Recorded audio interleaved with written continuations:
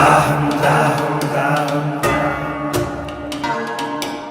మోహం మోహం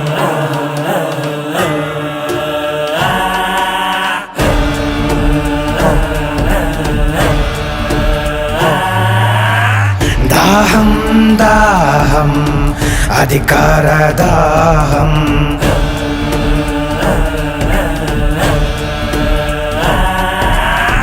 మోహం మోహం కుర్చీ మీద మోహం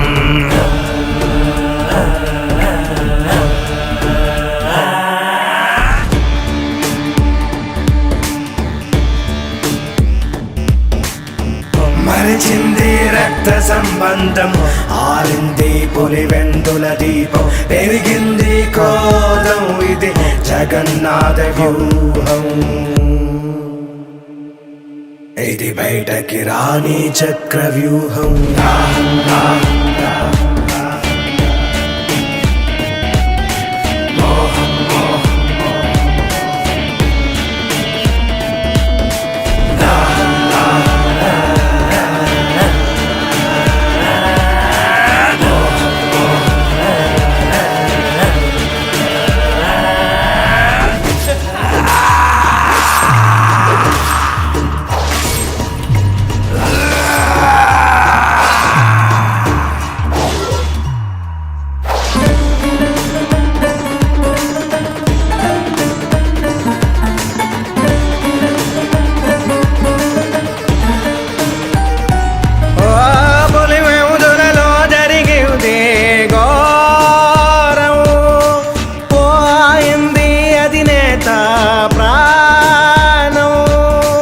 రగిలే సెగల దాటాడు తీరం జగనే రణమై చేశాడు నేరం జరిగింది జగన్మోహన పట్టాభిషేకం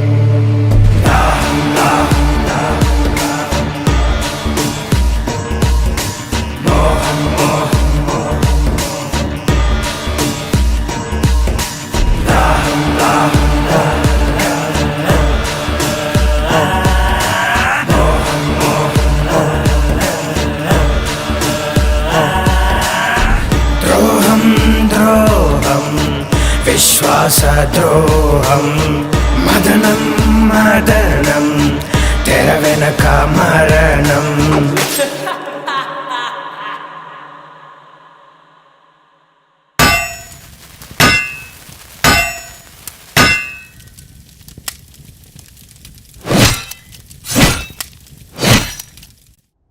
అనాదిగా వస్తున్న ఆచారం మనిషికి మనిషికి మధ్య ఉన్న సంబంధం ఆదిమానవుడి కాలంలో ఆకలి కోసం కడుపు నిండాక స్థలం కోసం బతకడం తెలిసాక ఎదగడం కోసం పేర్లు మారుతున్నా వాటిని పొందడానికి జరుగుతున్న సాంప్రదాయం పేరు మాత్రం యుద్ధం.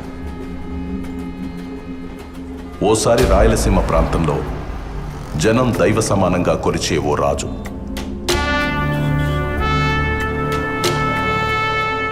ఆ రాజు కడుపున రాక్షస మృగం పుట్టింది.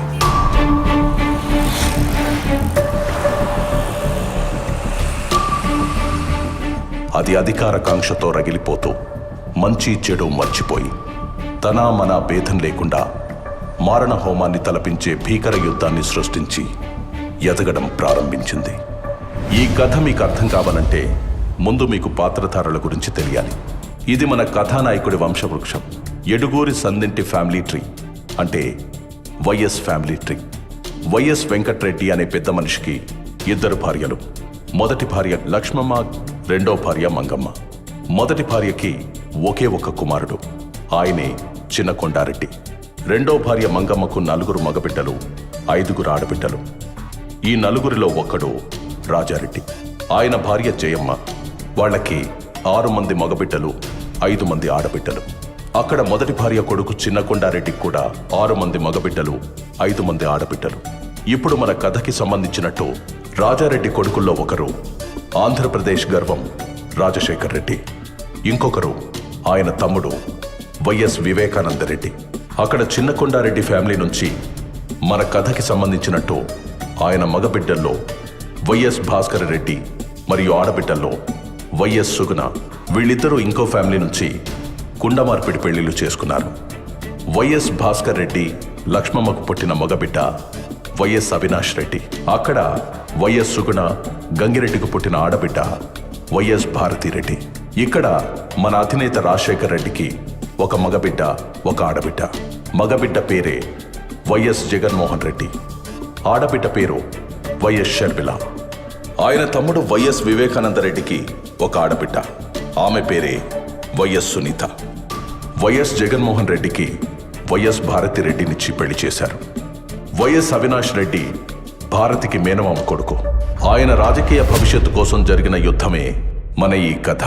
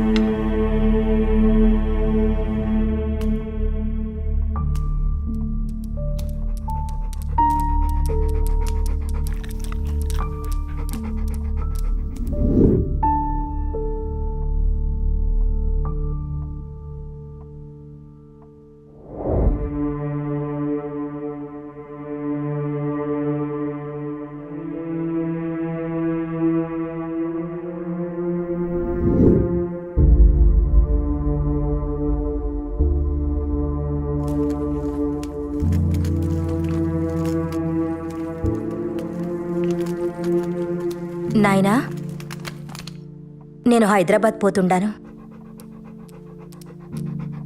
ఇంకో 2 దినాలు ఉండిపోవచ్చుగా తల్లి. నాకు కూడా ఉండాలని ఉండాది నాయనా, కానీ హాస్పిటల్ నుండి కాల్స్ వస్తుండాయి. పిల్లలు కూడా నా కోసం ఎదురు చూస్తుండారు. సరే తల్లి, హాస్పిటల్ అంటుండా, దాని మీద ఎంతో మంది ప్రాణాలు ఆధారపడి ఉన్నాయి. ఎవరి ఆలస్యం వల్ల వాళ్ళకు అన్యాయం జరగకూడదు. పోయిరా తల్లి. ఎక్కువ ఆలోచించి మీ ఆరోగ్యం పాడు చేసుకోకండి. టైంకి మందులు తినండి నాయనా. సరే అయితే పోయొస్తాను నాయనా. ఆశీర్వదించండి. మంచిది, క్షేమంగా పోయిరా తల్లి.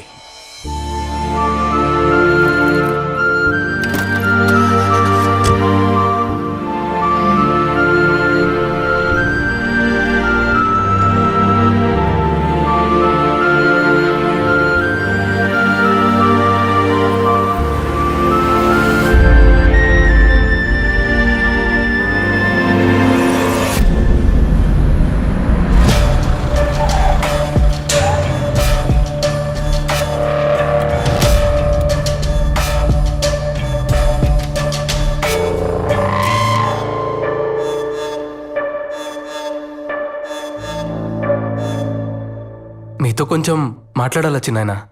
రాజకీయమా లేక కుటుంబ విషయమా? రాజకీయమే. అమ్మా ఆడబిడ్డలు లోపలికి పోయి నాకు మాట్లాడుకుందామా? నన్నే వెళ్ళమని నేరుగా చెప్పొచ్చు కదా.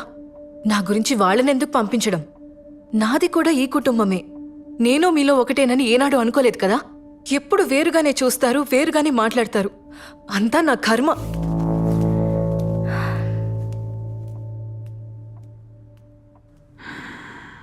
మేము కొత్త పార్టీ పెడతాండాం నాయన పేరు మీద. మీరు కూడా మాతోనే ఉంటారనుకుంటున్నాను. ఎవరెవరున్నారు మీ పార్టీలో? అంతా మనకు తెలిసిన వాళ్లే. గుంటూరులో దినేష్, నెల్లూరులో నరేష్, ఇంకా కడపలో మన అవినాష్.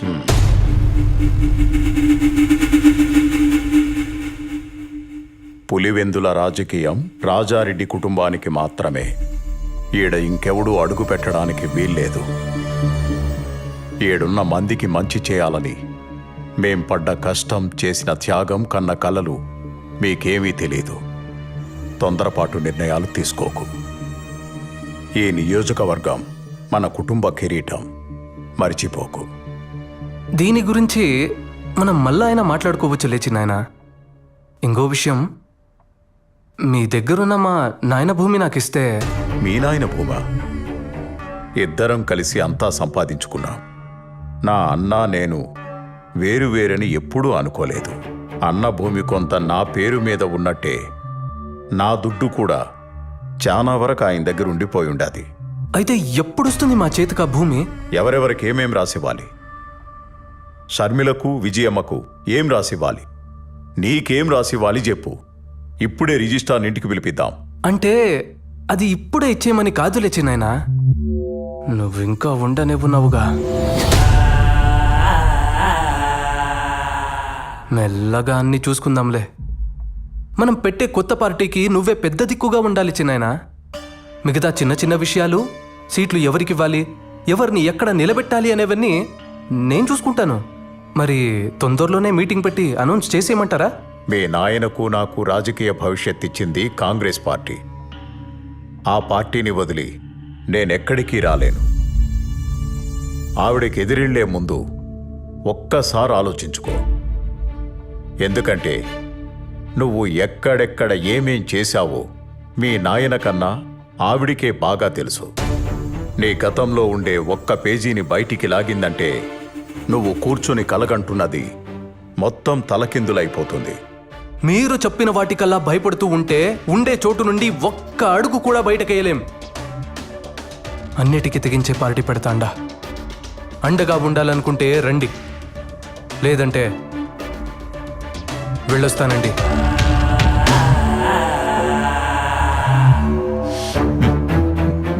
ఎందుకు వివేక వెనక్కి తగ్గుతుండావు? పార్టీ పెద్దగా నిన్నే ఉండమని అడుగుతా ఉండాడు కదా. నీకేమన్నా తక్కువ అయి ఉంటే చెప్పు.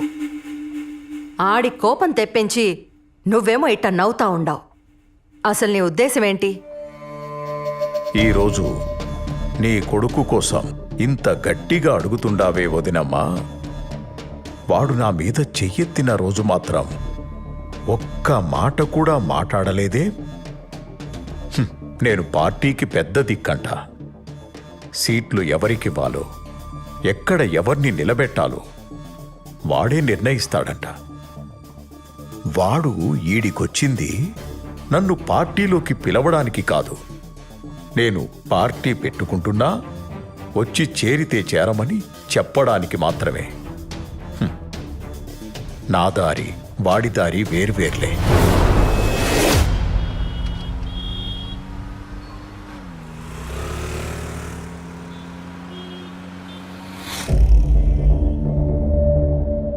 ఆయన నన్నలా లోపలికి పొమ్మంటుంటే నువ్వేం అనలేదే. మీరంతా ఒకటే కదా, నేనే పరాయిదాన్ని.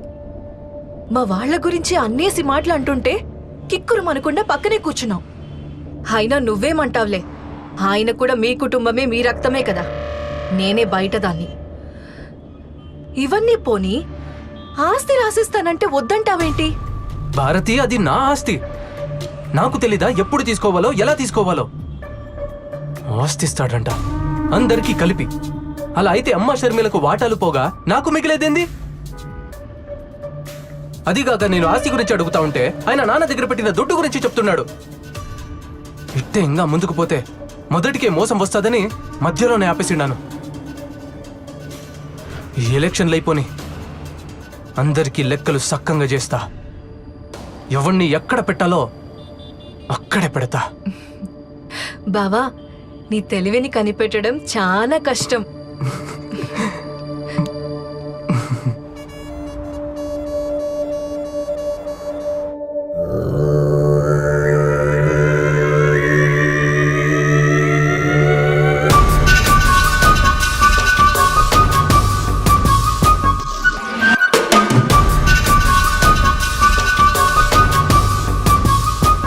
చూడు మామా, మా ఆయన ఆస్తి ఇవ్వమని అడిగితే నానా మాటలన్నీ అని పంపించాడు వీళ్ళ చిన్నాన్న.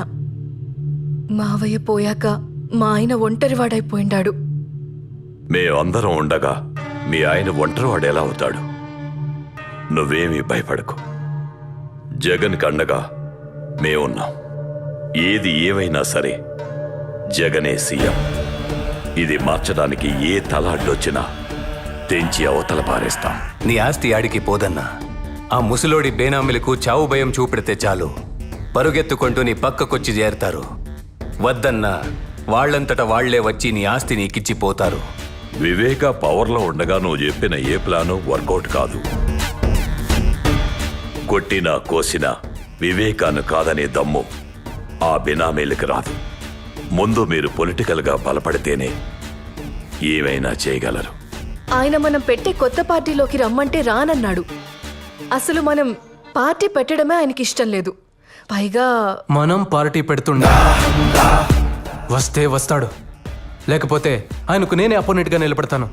అప్పుడు ఆయన ఏం చేస్తాడో నేను చూస్తాను.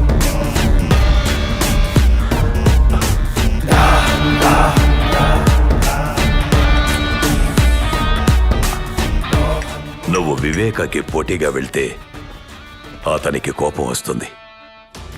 వివేక కోపం వాలికొన్న వరం లాంటిది. ఎదురుగా ఎవడున్నా సరే సగం బలం ఇట్టే లాగేసుకుంటాడు. జగనన్న ముందు వివేక ఎంత నాయనా? అయినా ఈ కడప రాజకీయం మనకేమైనా కొత్త? రాష్ట్ర రాజకీయానికి కడప రాజకీయానికి జింక పిల్లకి పెద్ద పులికి ఉన్నంత తేడా ఉంటాది. ఇది తెలియకే ఎంతో మంది నాయకులు చాలా తొందరగా చచ్చిపోయి ఉండారు. మన పెద్ద పులి రాజశేఖర్ రెడ్డి అంతటోడే. కడపలో నెగ్గాలంటే వివేక అవసరమై ఉండాడు. అది స్వయంగా ఆయనే ఒప్పుకున్నాడు. ఇప్పుడేం చేద్దామంటావు? ఏమి చేసినా విజయమే చేయాల. మా ఆయన వల్లే కాలేదంటే ఆవిడెళ్ళేం చేస్తుంది మామా? వివేకకి విజయం అంటే చాలా గౌరవం. ఆవిడ ఎలక్షన్లో నిలబడతాదంటే వివేక పోటీలో కూడా ఉండడు.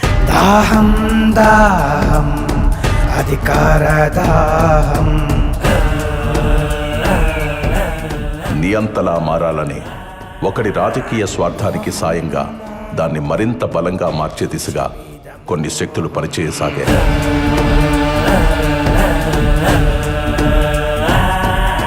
అదే అదునుగా తన అధికార దాహానికి అయిన వాళ్లనే కాకుండా అవకాశం ఉన్న ప్రతి ఒక్కరిని వాడుకోవడం మొదలుపెట్టాడు.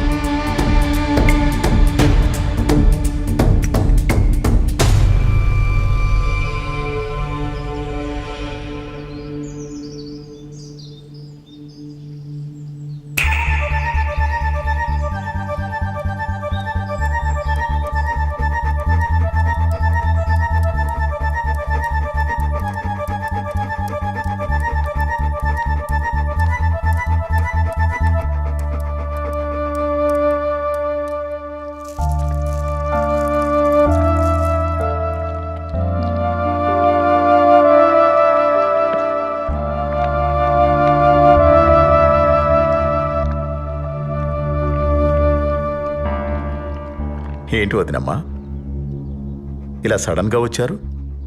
ఏదైనా మాట్లాడాలా?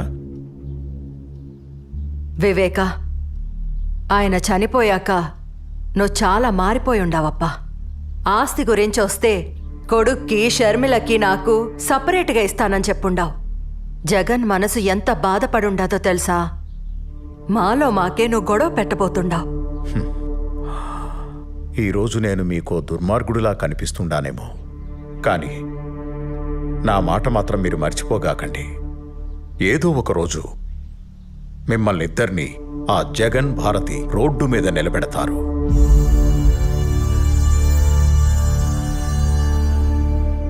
అప్పుడు తెలుస్తుంది మీకు ఈ వివేక మాట విలువ. అలాంటి పరిస్థితి మాకెందుకు వస్తుంది చిన్నాయనా? లేనిపోని భయాలు ఎందుకు పెడుతున్నారు మాకు? పార్టీలోకి రా చిన్నాయనా. నువ్వు గాని పార్టీలోకి రాకుంటే మేమే నీకు ఎదురు నిలబడాల్సి వస్తుంది. అంటే నాకు పోటీగా నిలబడతారా మీరు? ఇది చెప్పిరమ్మని పంపినాడా జగన్ మిమ్మల్ని? నన్ను మీ అన్నలాగే చూసుకుంటానని చెప్పుండావు. అందులో ఏమాత్రం నిజం ఉన్నా నా కొడుకుని గెలిపిస్తానని నాకు మాట ఇవ్వు వివేక. అయ్యా, మేడం ఫోన్ చేశారు.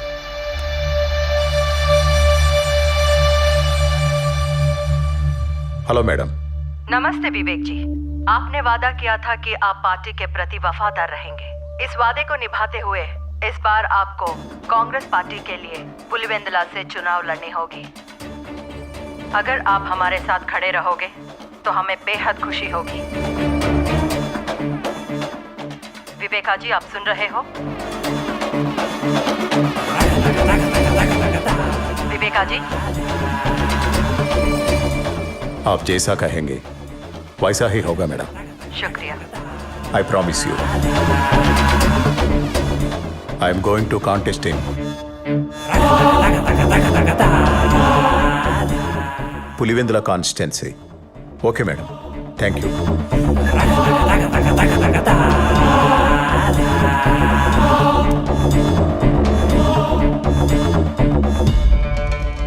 వదినమ్మా,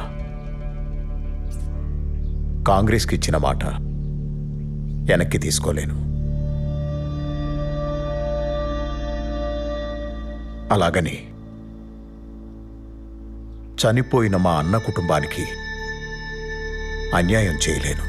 నా ఇంటి గడప తొక్కి కన్నీటితో అడిగిన మీ మాటను కాదనలేను.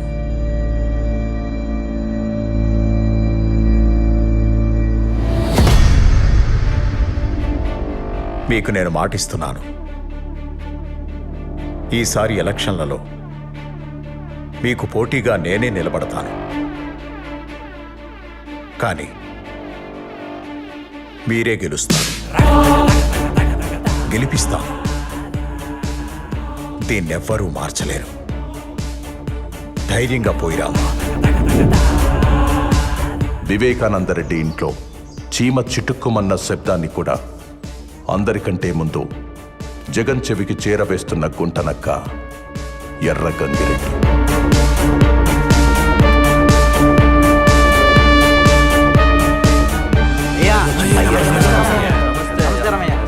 అయ్యా, మీరట కాలు మీద కాలేసుకొని కూర్చోండి. ఈసారి కూడా గెలుపు మనదే. అయ్యా, ఈసారి ఒక్క ఓటు కూడా అటు ఇటు పోదు, గెలుపు మనదే. అందరికీ నమస్కారం. ఈసారి నేను పోటీలో మాత్రమే ఉంటాను, కానీ విజయం మే ఎలక్షన్లో గెలవాలి. అయ్యా, ఏం మాట్లాడుతున్నారు? మధ్యలో ఇంకెవరూ మాట్లాడకండి. వదినకు నేను మాటిచ్చాను. ఎవరూ భయపడకండి. మీకు కూడా మాటిస్తున్నాను. నాకు అధికారం ఉన్నా లేకున్నా నేనెప్పుడూ మీతోనే ఉంటాను. పోయిరండి. పులివెందుల బై ఎలక్షన్ లో కాంగ్రెస్ అభ్యర్థి వైఎస్ వివేకానందరెడ్డిపై వైఎస్ఆర్పీ అభ్యర్థి విజయమ్మ భారీ మెజార్టీతో గెలుపొందారు. ఈ విజయంతో ఆంధ్రప్రదేశ్ లో మరొక ప్రాంతీయ పార్టీ సంచలనం సృష్టించింది.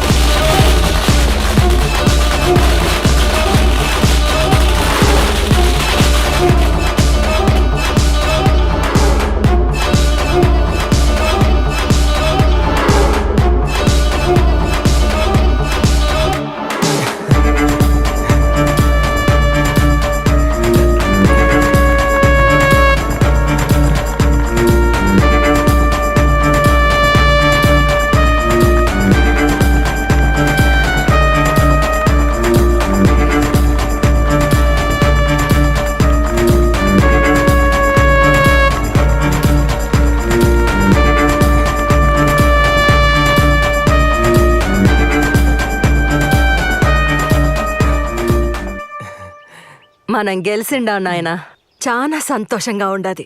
ఈ టైంలో మీ నాయన ఉంటే ఎంత బాగుండునో గదా.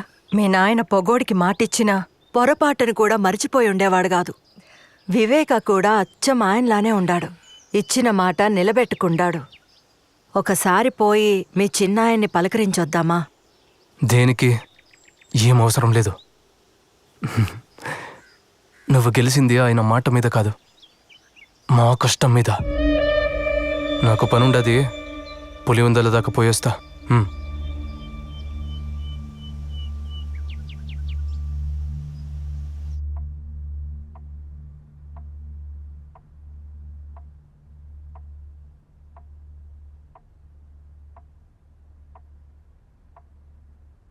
అన్నా, మనం ఇప్పుడు పవర్లో ఉండాం కదన్నా. ఆ వివేక ఒంట్రోడయిండు. ఇప్పుడు వాళ్ళ పేనామిల్ని పిలిపించి ఆస్తి గురించి అడుగుదామా? వివేకాన్ని తక్కువ అంచనా వేస్తుండారు. మిమ్మల్ని గెలిపించాడు అంటే వాడు ఓడిపోయినట్టు కాదు. నాకు తెలిసినట్టు ఎమ్మెల్సీ ఎన్నికల్లో పోటీ చేస్తుండాడు. ఎమ్మెల్సీ ఎన్నికలు ఉంటాయని కూడా తెలియకుండానే రాజకీయాలకు వచ్చేసుండారా మీరిద్దరు? ఉప ఎన్నికల్లో ఓడిపోయి డిపాజిట్ ను కాపాడుకున్న వైఎస్ వివేకానందరెడ్డిని వ్యవసాయ శాఖ మంత్రిని చేసిన ప్రభుత్వం గతంలో ఎమ్మెల్సీగా పనిచేసి పదవీ కాలం ముగియడంతో రాజీనామా చేసిన వైఎస్ వివేకానందరెడ్డిని ప్రభుత్వం మళ్లీ ఎమ్మెల్సీని చేసి వ్యవసాయ శాఖ మంత్రిని చేసింది.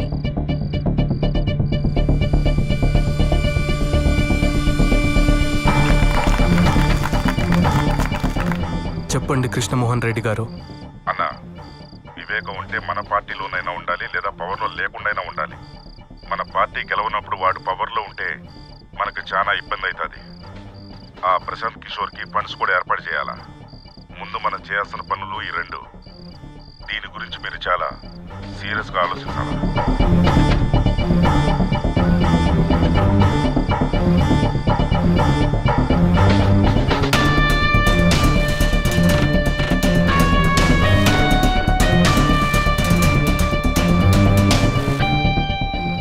2014 ఎలక్షన్ తర్వాత ఆంధ్రప్రదేశ్ రాష్ట్రంలో కాంగ్రెస్ కనపడకుండా పోయింది. అప్పుడు మనోడు మళ్లీ ఆట మొదలుపెట్టాడు.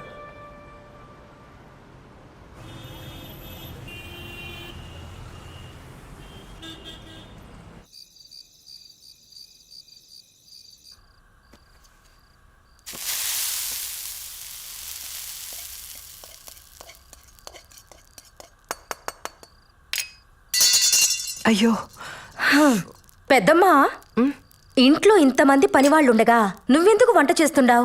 ఇవిక్కడే వదిలే, నేను చేసి పెడతా, నువ్వు వెళ్ళు. దీంట్లో ఏముండదులే బిడ్డ, నాకు కూడా అప్పుడప్పుడు వంట చేయాలనిపిస్తూ ఉంటుంది. కానీ ఇంట్లో వంట చేయడానికి నాకు నో పర్మిషన్. వాళ్ళు చేసి పెట్టిందే తినాలి తప్ప నన్నెవ్వరు ఏం చేయనివ్వరు. ఇలా ఎప్పుడో ఒకసారి అవకాశం వస్తుంది. అలా వచ్చినప్పుడు మాత్రం అస్సలు వదులుకోకూడదు కదా. అవును, ఎట్టా ఉంటది మీ సోషల్ సర్వీస్? ఇప్పుడు కూడా అంతేనా? నాకు పేషెంట్ దొరక్కపోయినా పర్లేదు, కానీ ఎవరి ఆరోగ్యం పాడవకూడదని పరిగెడతానే ఉండవా? అంతే కదా, నా చేతిలో ఎంత చేయొచ్చో, నా వల్ల ఎంత అవుతుందో అంత చేస్తానంతే. నీకింకా చెయ్యాలనుంటే పవర్లో కూర్చుని చేయొచ్చు కదా. రాజకీయం ద్వారా అయితే రీచ్ ఎక్కువ ఉంటది. దానికి నాన్న ఉన్నారు కదా, నాకెందుకు అవన్నీ? మీ నాయనకి నువ్వన్నా చెప్పమ్మా. ఆయనతో జనాలకి ఎంత అవసరమో ఆయనకి రాజకీయం కూడా అంతే అవసరం. మేం చాలాసార్లు అడిగి చూసినాం, ఒక్కసారి కూడా మా మాట వినకపాయే. ఆ కాంగ్రెస్ పార్టీకే విధేయుణ్ణి అంటుంటాడు. ఇప్పుడు రాష్ట్రంలో కాంగ్రెస్ పార్టీ లేకుండా పోయింది. కనీసం ఇప్పటికైనా మాతో చేరమని చెప్పమ్మా.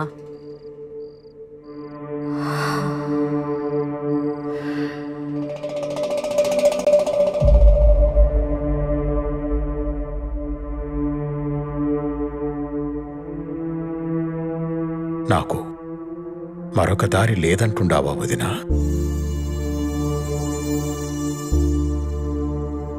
మనమిలా తలో పక్కా విడిపోయి అవమానం పాలు కావద్దంటాండాను. ఆలోచించు వివేక, అందరం కలిసుంటేనే కదా కుటుంబానికి గౌరవం, బలం ఉంటుంది కదా. నువ్వొక్కడివే ఇలా ఏం చేస్తావు చిన్నాయనా? నువ్వు పార్టీలో ఉంటే నీ పక్కన బలం ఉంటాది. ఎప్పుడూ నాకు ఒంటరిగా పోరాడడం అలవాటై ఉండాది. నన్ను నమ్ముకున్న వాళ్ళకి కాస్త సాయంగా ఉంటే అదే చాలు.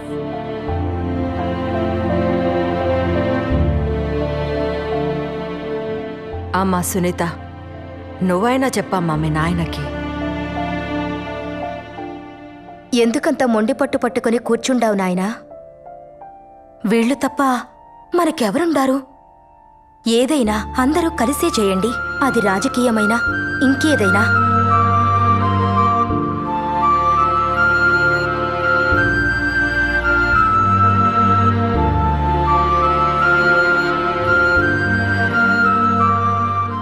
సరే వినండి, మీరన్నట్టే కానియండి.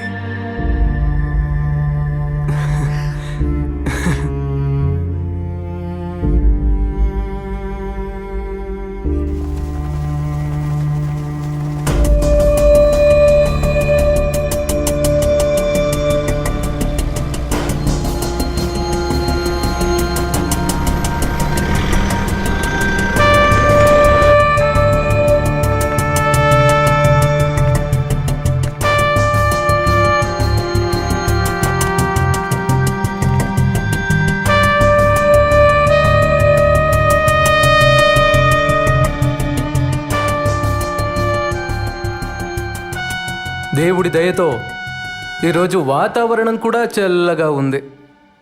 చక్కటి చిరునవ్వులతో ఆప్యాయతను చూపిస్తూ ప్రేమానురాగాలు పంచిపెడతా ఉన్న ప్రతి అక్కకు, ప్రతి చెల్లెమ్మకు, ప్రతి అవ్వకు, ప్రతి తాతకు, ప్రతి సోదరుడికి, ప్రతి స్నేహితుడికి ముందుగా 2 చేతులు జోడించి హృదయపూర్వకంగా కృతజ్ఞతలు తెలుపుకుంటా ఉన్నా.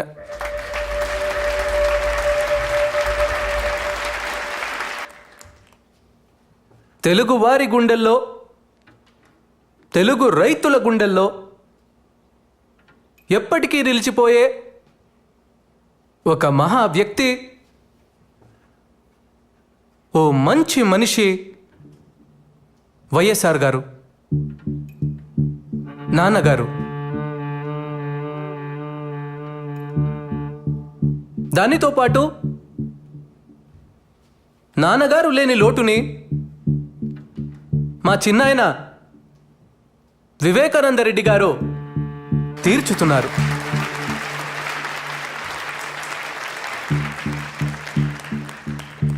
ఆయన మన పార్టీలో చేరడం వల్ల మనకు 1000 ఏనుగుల బలం వచ్చింది. ప్రజల ఆశీస్సులు, రైతన్నల ఆశీస్సులు, అక్క చెల్లెమ్మల ఆశీస్సులు ఎల్లప్పుడూ మన పార్టీకి ఉండాలంటే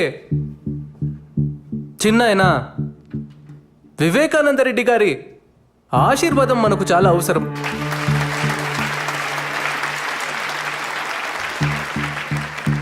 ఇప్పుడు మన పార్టీ గురించి, మన కర్తవ్యాల గురించి చిన్నాయన మీకందరికీ తెలియజేస్తాడు. ఈ 2 మాటలు చెప్పి నేను సెలవు తీసుకుంటా ఉన్నా.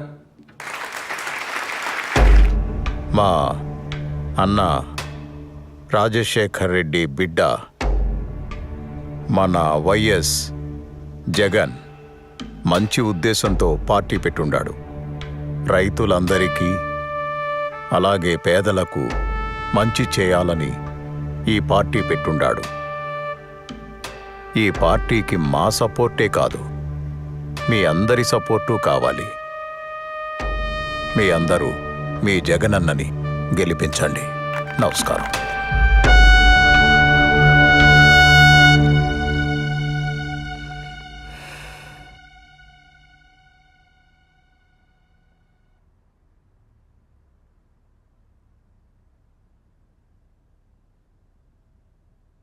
ఎమ్మెల్సీ ఎన్నికల్లో శివశంకర్ రెడ్డి నిలబెడదాం బావా. ఆయన మనకి ఎంతో సహాయం చేశారు కదా. బాబాయ్ నిలబెడుతున్నాడు కదా. ఆయన కోసం మనకు సాయం చేసిన వారిని మర్చిపోతామా? ఆయన మనకు విలువ ఇవ్వనప్పుడు వీళ్లే కదండి మన పక్కన నిలబడ్డారు. భారతి నీకు అసలు... సరే వదిలే భారతి, ఇప్పుడు అన్న ఎలా చెప్పితే అలా చేద్దామంతే.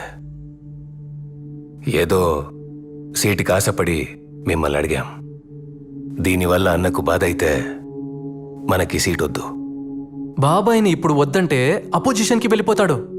తర్వాత మన పక్కలో బల్లెమై కూర్చుంటాడు. ఇప్పుడే మన పరిస్థితి ఇలా ఉంటే ఇంకా ఆయన పవర్లో ఉంటే మన పరిస్థితి ఏందో ఆలోచించినారా? అయితే ఇప్పుడు ఏం చేద్దామంటావు? ఇంతకు ముందు వివేక వేసిన ప్లాన్ ఈసారి మనం వేద్దాం. ఆయన్ని ఎమ్మెల్సీగా నిలబెడదాం, కానీ గెలవడు. పవర్లో లేని వివేక కాన్ఫిడెన్స్ తగ్గిపోయి కామ్గా ఉంటాడు. తరువాత ఎలక్షన్స్లో మనం చేయాల్సింది చేద్దాం.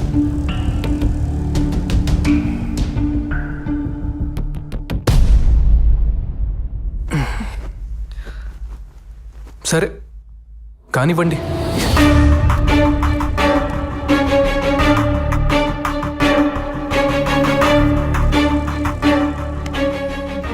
ఇలా ఈ ముగ్గురు కలిసి ఎమ్మెల్సీ ఎన్నికల్లో వివేకాన్ని ఓడించడానికి ఉన్న అన్ని ప్రయత్నాలు చేస్తూ సకల విధాలా కష్టపడి సమిష్టి కృషి చేశారు. చివరికి ఎమ్మెల్సీ ఎన్నికల్లో వైఎస్ వివేకానందరెడ్డి ఘోర పరాజయం పాలయ్యారు. జాతీయ రాజకీయాల్లో ఎంపీగా, రాష్ట్ర రాజకీయాల్లో మంత్రిగా పనిచేసిన ఓ రాజకీయ నిపుణుడు ఎమ్మెల్సీ ఎన్నికల్లో ఘోర పరాజయం పాలయ్యారు. తన వాళ్ల చేతుల్లోనే మోసపోయిన వైఎస్ వివేకానందరెడ్డి ఈ ఓటమితో ఆయన రాజకీయ జీవితానికి తెరపడుతుందా?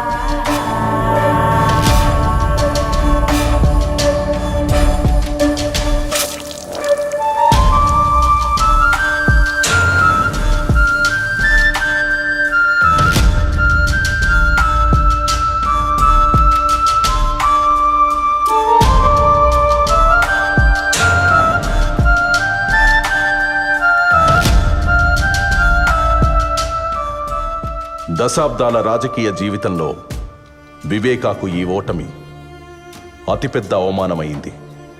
దీని గురించి చాలా ఆలోచించారు.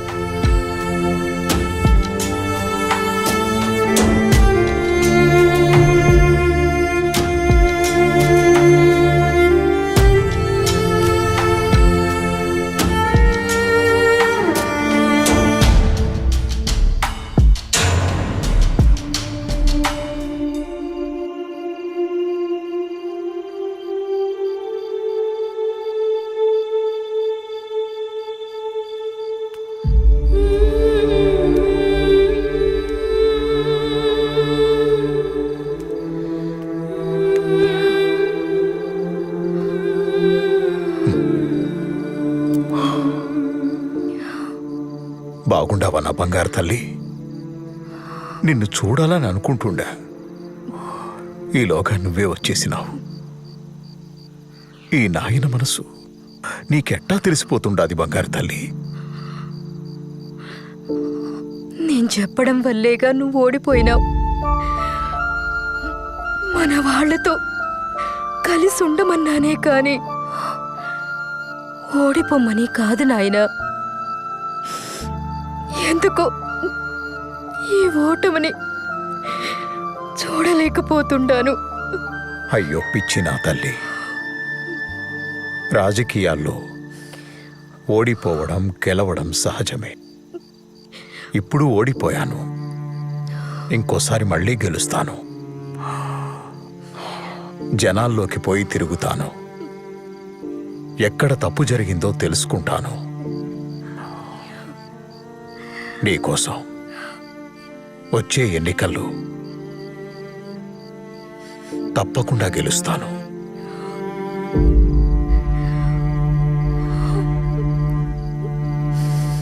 ఎక్కడ తప్పు జరిగిందని తెలుసుకోవడానికి తన ప్రయత్నాలు మొదలుపెట్టాడు.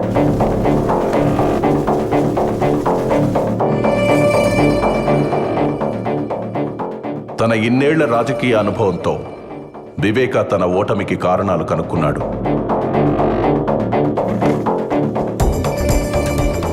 వచ్చే ఎన్నికల్లో గెలుపుకు సర్వం సిద్ధం చేశాడు. తన మానసిక స్థితిని సరిచేసుకోవడంతో పాటు పార్టీ పెత్తనాన్ని కూడా తన చేతుల్లోకి తీసుకున్నాడు. పులివెందుల రాజకీయంపై తమ ఆధిపత్య పరంపర కొనసాగనివ్వడం కోసం యువ నాయకుడిలా యాక్టివ్గా ఉంటూ అన్ని విధాలుగా ఎఫర్ట్ పెడుతూ రగిలే ఓ బడబాగ్నిలా దూసుకొస్తున్న వివేక తన ఇంటి నుండి కారు మబ్బు కమ్ముకొస్తుందనే విషయాన్ని తెలుసుకోలేకపోయాడు.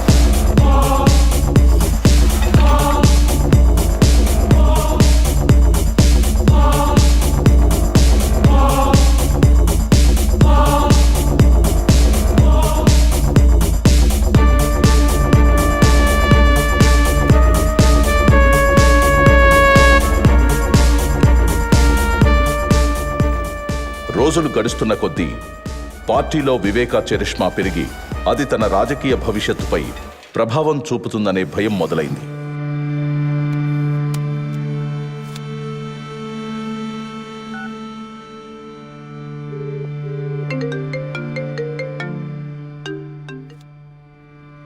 చెప్పు అవినాష్.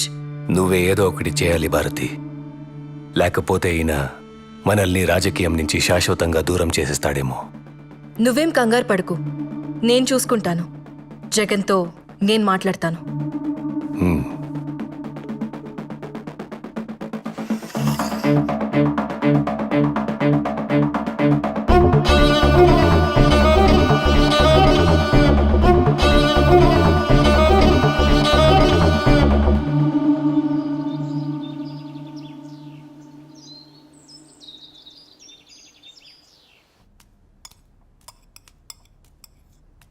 మీతో కొంచెం మాట్లాడాలి చిన్నమామ.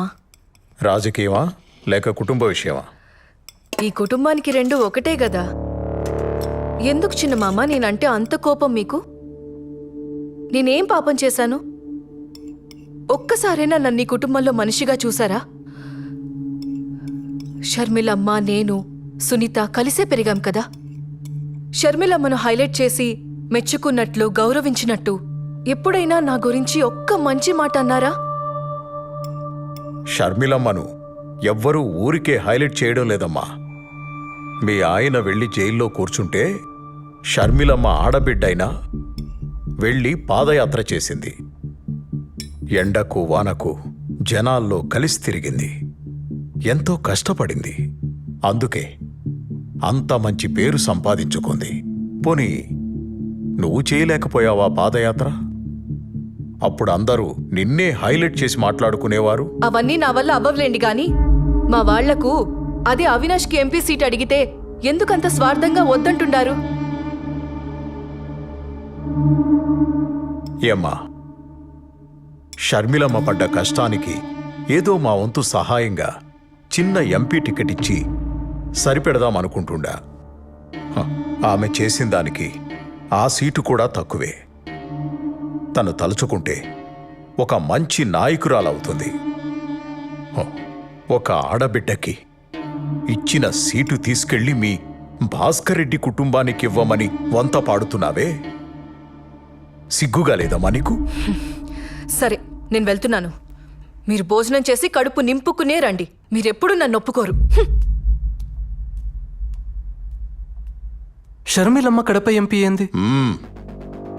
నేను మీకు ముందే చెప్పుండాను, పులివెందుల రాజకీయాలు రాజారెడ్డి కుటుంబానివి మాత్రమే. ఆ అవినాష్ని జమ్మల మడుగులో నిలబడమను నేనే క్యాంపెయిన్ చేసి గెలిపించుకుంటాను.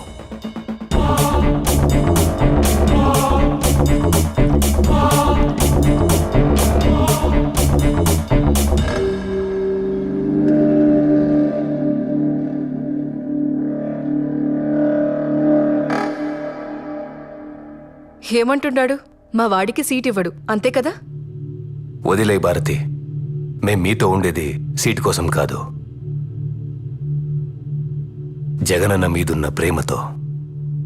అన్నా, నీకు కష్టం వచ్చినప్పుడు మా చేతనైంది చేసిండాం.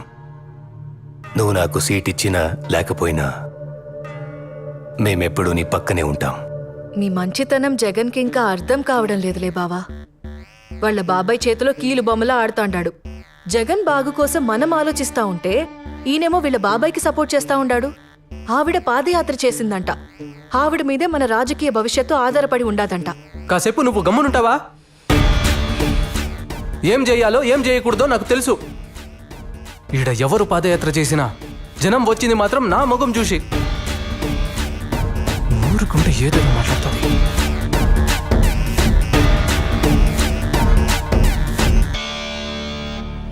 ఎలా ఉన్నారు చిన్నాయన? సడన్ గా పిలిచినారు? షర్మిలమ్మ, కడప ఎంపీగా నువ్వే నిలబడుతుంటావు. చిన్నాయన, అన్న చెప్పారు కదా ఆ సీటుని అవినాష్కి ఇస్తున్నారని.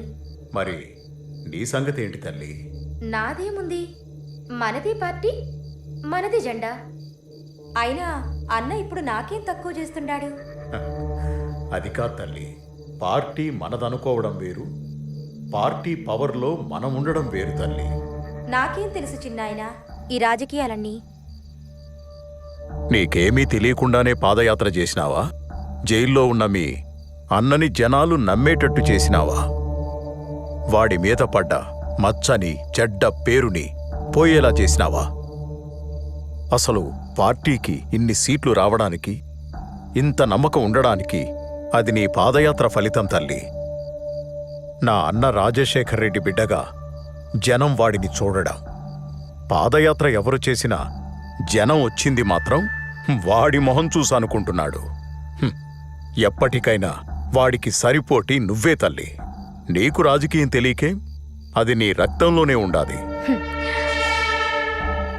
మనం అనుకుని నిలబడతాననుకుంటే అన్న బాధపడతాడు చిన్నాయన. అన్న నుంచి ఈ మాట వస్తే ఖచ్చితంగా నిలబడతాను. షర్మిలమ్మ, నేను బతికుండగా నీకో దారి చూపాలనుకుంటున్నాను. మీ నాయనకు కూడా తెలుసు జగన్ ఎలాంటివాడో. అందుకే వాణ్ణి ఎక్కడ ఉంచాలో అక్కడే ఉంచాడు. అది నీకు తెలిసేపాటికి నేనుంటానో లేదో తెలీదు. అన్నీ నీకు అర్థం కావలసిన టైంకి అర్థమవుతాయి. ఇప్పుడు నా మాటకు నువ్వెదురు చెప్పకుండా కడపకు ఎంపీగా నామినేషన్ వేయడానికి నువ్వు సిద్ధంగా ఉండు తల్లి.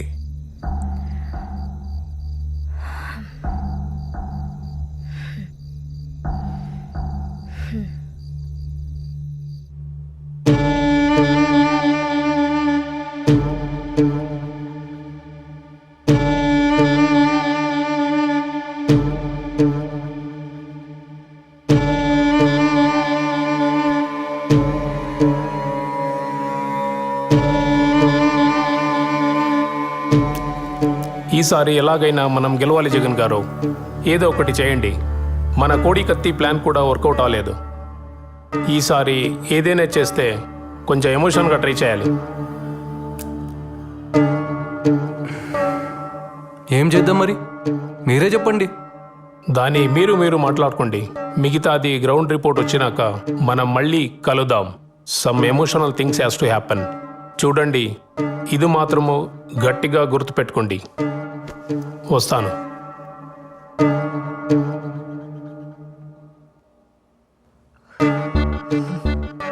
పార్టీ నీది, పెత్తనం ఆయనది. నీకింకెలా చెప్తే అర్థమవుతుందో కూడా నాకు తెలియడం లేదు. ఈ విషయంలో జగన్ ఏం చేయడు. మీరైనా ఏదో ఒకటి చేయొచ్చు కదా అవినాష్ బావా. అన్నని ఒక్క మాట చెప్పమని చెప్పు చాలు. అన్న కోసం ఏదైనా చేస్తాను. వివేక సార్లాగా సొంత నిర్ణయాలు నేను తీసుకోను. అన్న మాటకు నేను కట్టుబడి ఉంటాను. అన్న వెంటే ఉంటాను. బావుంది. మీరు మీ అన్న మాట వింటారు, ఆయన వాళ్ళ బాబాయ్ మాట వింటారు. ఇదిలాగే ఉంటే ఏదో ఒక రోజు షర్మిలమ్మని సీఎం చేసేస్తాడు. అప్పుడు మనమందరం కలిసి అడుక్కు తిందాం. సరే, ఈ మాటలన్నీ ఎందుకో, ముందు ఏం చేయాలో అది చూడండి. పీకే చెప్పాడు కదా సింపతి వర్కౌట్ అవ్వాలని. అన్నా, ఇది చాలా కష్టమైన పనన్నా. నీకోసం ఎంత కష్టమైనా భరిస్తాను, కానీ అడ్డుంది పెద్ద నీడ. ఇంతకంటే పెద్ద నీడల్నే. చూడు, నీకు కావలసిన సపోర్ట్, ఇన్ఫ్లుయెన్స్ నేను చూసుకుంటాను. నువ్వేం చేయాలనుకున్నావో చేసేయి. సరే అన్నా, అయితే మనకున్న అడ్డుని శాశ్వతంగా తొలగించేస్తానన్నా. నీకు రాజకీయ భిక్ష పెట్టుండాను. ఆ కృతజ్ఞతను చూపెట్టే సమయం ఇది. నువ్వేం చేయాలనుకున్నావో చేయి. నేను సీఎం అవ్వాలి, అంతే.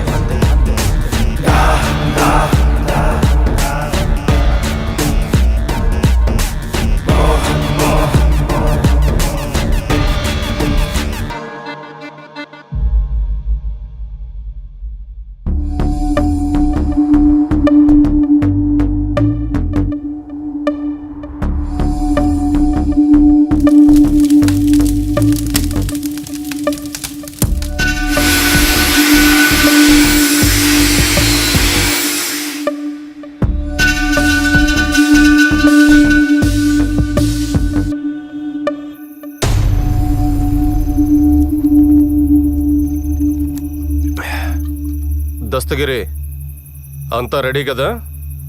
ఎంత తాగుతా ఉన్నా భయం పోవడం లేదన్నా. నిండా మునిగినాక సలేందిరా ఇంత దూరం వచ్చినాక తిరిగి వెనక్కి తగ్గుతావా ఏంది? అన్నా అస్సలు మొత్తం ప్లానింగ్లో నా పేరుని నీ కాడికి తెచ్చినోడు ఎవడన్నా?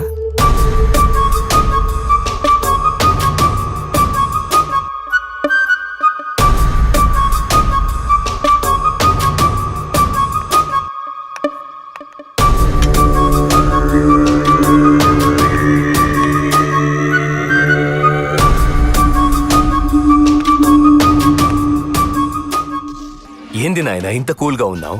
అప్రూవల్ వచ్చిండాదిగా, ఏం ప్లాన్ చేసిండావు?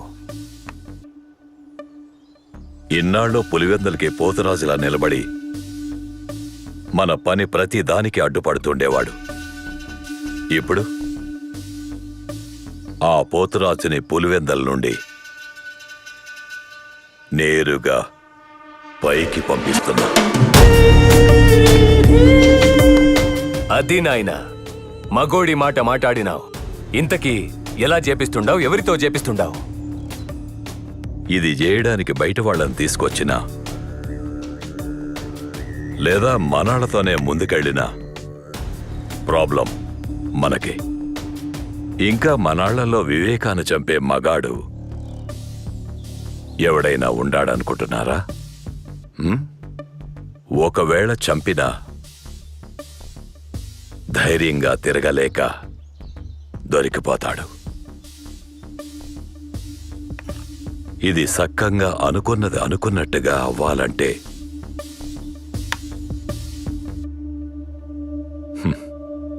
కొందరు వల్లే అయితాది. ఆ కొందరు ఎవరు నాయనా? ఒకటి, ఆయన గురించి అంతా తెలిసే ఉండాలా, ఆయన పక్కనే ఉండాలా, ఆయన మీద పగ పీకల దాకా ఉండాలా. అలాంటోడికి దుడ్డు అవసరం, దండిగా ఉండాలా. అలాంటోళ్ళు మనకి ఏడ దొరుకుతారో? ఏడా వెతకనవసరం లేదు, అందరూ మన చేతుల్లోనే ఉండారు.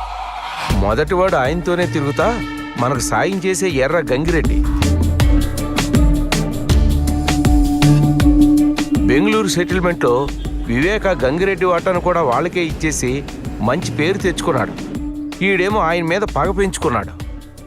ఇక రెండోవాడు దస్తగిరి. వివేక వీడిని నానా మాటలని అందరి ముందు అవమానం చేసి బయటకు తోసేసి ఉన్నాడు. ఇప్పుడు వీడికి వివేక మీద కోపం ఉంది, దుడ్డు అవసరం ఉండాది. వీళ్లతో పాటు మన సునీల్ యాదవ్, ఉమాశంకర్ రెడ్డి, నేను కూడా ఉంటాను. దస్తగిరిని దారిలోకి తెచ్చి మిగిలినంత సునీల్ యాదవ్ చూసుకుంటాడు. ప్రేమ చూపినారు, అయిన వాళ్ళే వెన్నుపోటు పొడిచినారు, కుట్ర పొందినారు, విషము చింపినారు, కలియుగా నాశకులై చేరినారు. నమ్మించి మోసం చేసే వాళ్ళ అస్త్రం ఇది, ఆ నలుగురి కుట్రం.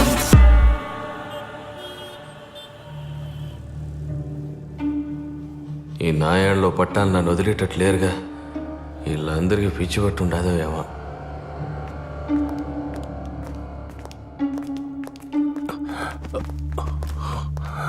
కూర్చోండి కూర్చోండి. నమస్తే సార్. మీరు అటు కూర్చోండి. ఏం దస్తగిరి, ఎన్నాళ్ళనిట్ట కారు నడుపుకుంటూ బతుకుతావు? లైఫ్లో ఎదిగే ఆలోచనలు ఏమైనా ఉండాయా? నాకేం వచ్చన్నా డ్రైవింగ్ తప్ప. నీ లైఫ్ సెట్ అయిపోయే పని చెప్తా, చేస్తావా? ఈ పనికి నువ్వేం భయపడాల్సిన అవసరం లేదు. మేమందరం నీ అనుకుంటాం. నీ మీద ఈగ కూడా వాలకుండా చూసుకుంటాం. వివేక తల మీద 45 crores ఉండాది. నీ వాటా 5 crores వస్తుంది. ఎక్కువగా ఆలోచించుకో. మాకు ఈ పని చేసి పెట్టినావంటే చాలు, నీ దశ తిరిగిపోతాదిరా.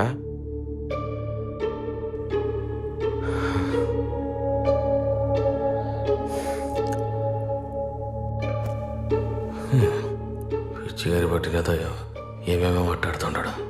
సునీల్, ఆడి పని చేస్తాడంటావా? మరేంటాడు మాట్లాడుతూ ఉంటే మధ్యలో లేసి వెళ్ళిపోతా ఉన్నాడు? ఆడిని నేను ఒప్పిస్తానన్నా. ఏమి ఆడంత బతిమాలుకోవాలనా? ఆడు లేకపోతే మనం ఈ పని చేయలేమా? చెయ్యలేము.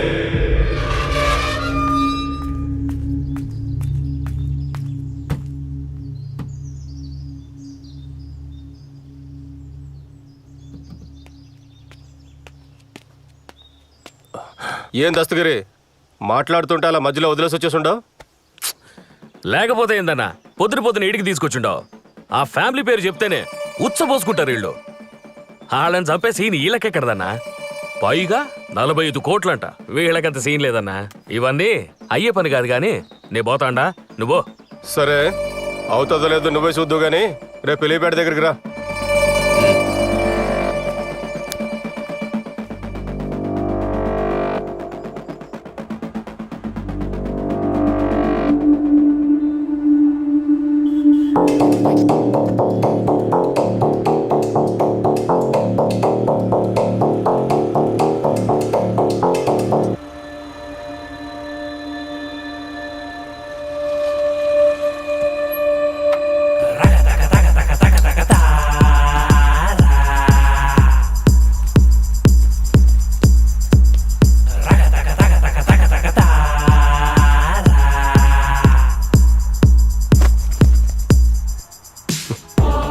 చూసుండవా, ఇప్పుడే ₹1,00,00,000 చేతికొచ్చుండది. పని అయినాక మిగతాది కూడా వచ్చి చేరుతుంది. అందులో ఒక 25 లక్షలు నాకు ఇవ్వు, మెల్లగా నీకు తిరిగి ఇచ్చేస్తాను. సరే అన్నా, మీరు ఎట్లా చెప్తే అట్లా. అదృష్టం అంటే ఇదేరా. నిన్నటి దాకా నేను పోస్తే గానీ నువ్వు మందు తాగేటోడివి కాదు. ఈరోజు నాకే అప్పిచ్చే స్థాయికి వచ్చేసినావు. లైఫ్లో ఎదగాలంటే అప్పుడప్పుడు ఇట్లాంటి రిస్క్ తీసుకోవాలబ్బా. ఇప్పుడు చెప్పు, వాళ్ళకంత సీన్ ఉండదో లేదో? అన్నా, ఈ పని నేను ధైర్యంగా చేయాలంటే ముందు నాకెందులో ఆ మెయిన్ హెడ్ ఉండాడో లేదో నాకు తెలియాలి. అది కూడా చూద్దు గానీ రెడీగా ఉండవు. సరే పద.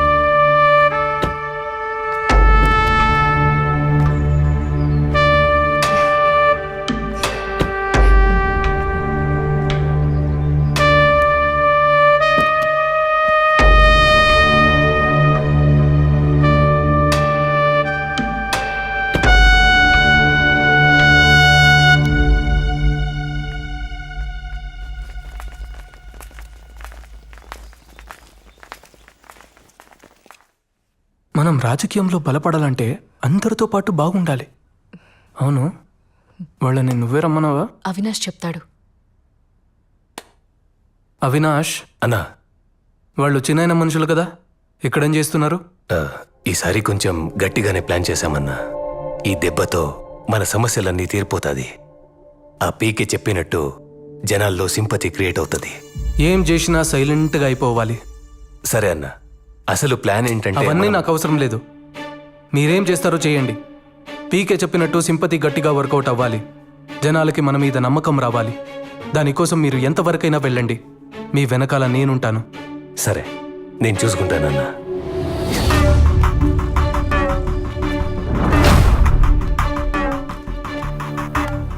ఏంటయ్యా దస్తగిరి, ఎప్పటికైనా నమ్ముతుంటావా?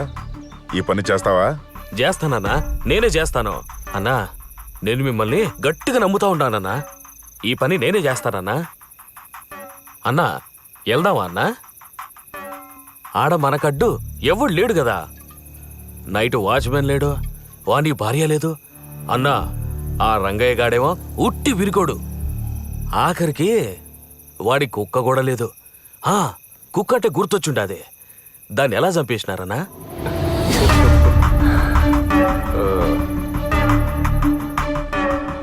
ఎప్పుడైతే మేము ఈ ప్లాన్ అనుకున్నామో అప్పటి నుంచి ఆయన ఇంటి చుట్టూ నిఘా పెట్టినాం. అప్పుడు మాకు అర్థమైంది ఏంటంటే ఆయన కోసం ప్యానం ఇచ్చే ఒక పవర్ఫుల్ కుక్క ఉందని.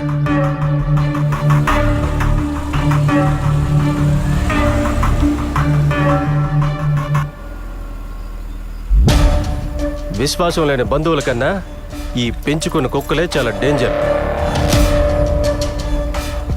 దాని ప్యానం పోయినా వివేకాకి ఏం జరగనివ్వదు. దాన్ని చంపేస్తే వివేక ఊపిరి సగం తీసేసినట్టే అనుకున్నాం.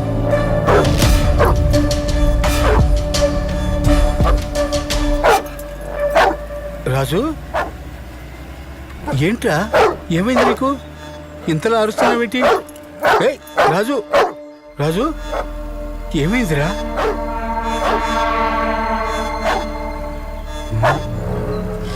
వెళ్ళింది ఇంటి చుట్టూ ఎన్నిసార్లు తిరుగుతూ అంటారు? వీళ్ళ వాకం చూస్తే ఇది తేడాగా ఉండదు. చూడ్డానికి దొంగల్లా కనిపిస్తున్నారే. అరే రాజు, ఎక్కడికి పోతున్నావురా? రాజు ఆగు.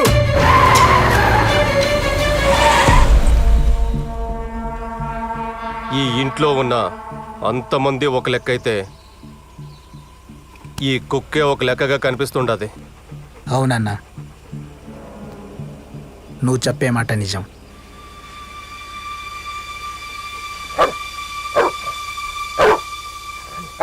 అన్నా, ఇదే కరెక్ట్ టైం అన్నా. బండి ఎక్కించాయి, చంపేయన్నా, చంపేయ్.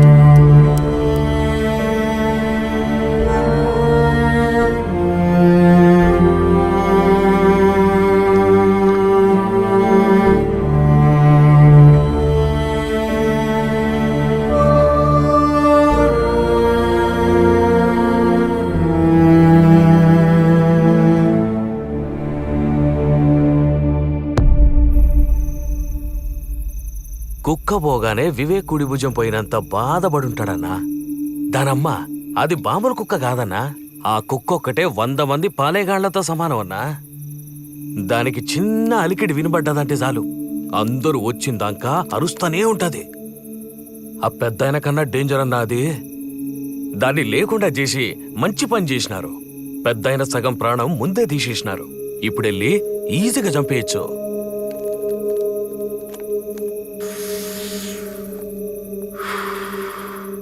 వేయడానికి గొడ్డలి మాత్రం మంచి తెచ్చుండవరా. ఏం మంచిదో పోన్నా. అది చేసేటప్పుడు శంకర్ రెడ్డి అన్న మాటలే గుర్తుకొస్తుంది.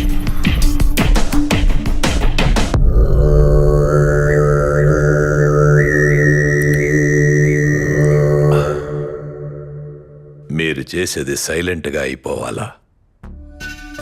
ఎక్కువ యాగి చేయకుండా ముందు ముఖం మీద తలగడ పెట్టి ఊపిరి ఆపేయండి. సునీలన్న, అనుకున్నది పక్కాగా చేసి రండి. మధ్యలో ఆపేసి మాత్రం రాకండి. అన్నీ 1కి 2 సార్లు చెక్ చేసుకున్నాకే దిగండి. ఈ దెబ్బతో అయిపోవాలి వాడు. నేనంతా చూసుకుంటానన్నా. దస్తగిరి, నాకు గొడ్డలి కావాలప్పా. కొత్త చేయించాలన్నా? ఏంది చేయించేది? ఈ చుట్టుపక్కల ఎక్కడ మనం ఏం చేసినా వెంటనే వివేకాకు ఫోన్ వెళ్ళిపోతుంది. ఊరికే భయపడమాకు శంకర్ అన్నా. ఏది ఏమైనా నేను చూసుకుంటా. లేదన్నా, శంకర్ రెడ్డి అని చెప్పింది నిజమే. ఈ ఏరియాలో సీమ సిట్టుకుమన్నా ఆ పెద్దానికి తెలిసిపోతుంది. అలాంటిది మనం కొత్త గొడ్డలొకటి చేపించినామని తెలిస్తే అంతే, నా భార్య ముండమయ్యాల్సిందే. ఏం దస్తగిరే, నువ్వు కూడా భయపడుతున్నావేమి? భయం కాదన్నా, నీకింకా వివేక్ గురించి పూర్తిగా తెలిసినట్లేదు. ఈ ఊరు కాదు కదా, అందుకే ఎగిరెగిరి పడుతుంటాడు. పొరపాటున వివేకాకు తెలిసి పాతాళానికి తొక్కితే అప్పుడు అర్థమవుతుంది ఈడ ఆయన ఏందో, ఆయన పవర్ ఏందో. ఏయ్, అనవసరమైన మాట్లాపి ఇప్పుడేం చేయాలో చెప్పు. నాకు తెలిసినోడొకడు గదిలో కొలిం పెట్టుకున్నాడు. అక్కడే చేయించుకొస్తానన్నా. సునీల్, అంతా జాగ్రత్తగా చూసుకోండి. నేను రేపు వివేక చేసే క్యాంపెయిన్ దగ్గరికి వెళ్తాను. అక్కడి నుంచి మీకు అప్డేట్ ఇస్తూ ఉంటాను. సరే.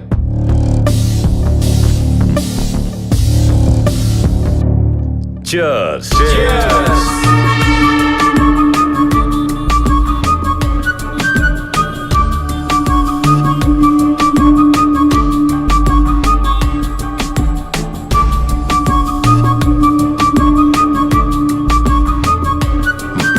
నమస్కారం. నమస్కారం.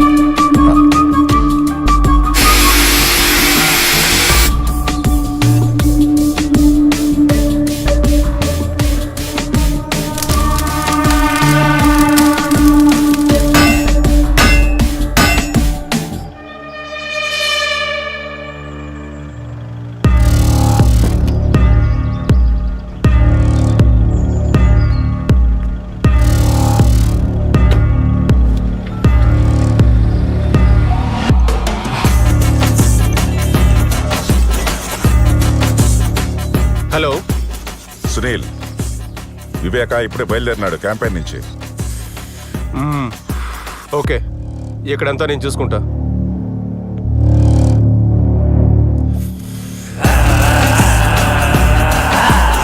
నమ్మించి మోసం చేసే వాళ్ళ అస్త్రం ఇది ఆ నలుగురి కుట్రం. నమ్మించి మోసం చేసే వాళ్ళ అస్త్రం ఇది ఆ నలుగురి కుట్రం. వెంట నడిచినారు, ప్రేమ చూపినారు, అయిన వాళ్ళే వెన్నుపోటు పొడిచినారు. కుట్ర పొందినారు, విషము చిందినారు, కలియుగా నాశకునులై చేరినారు.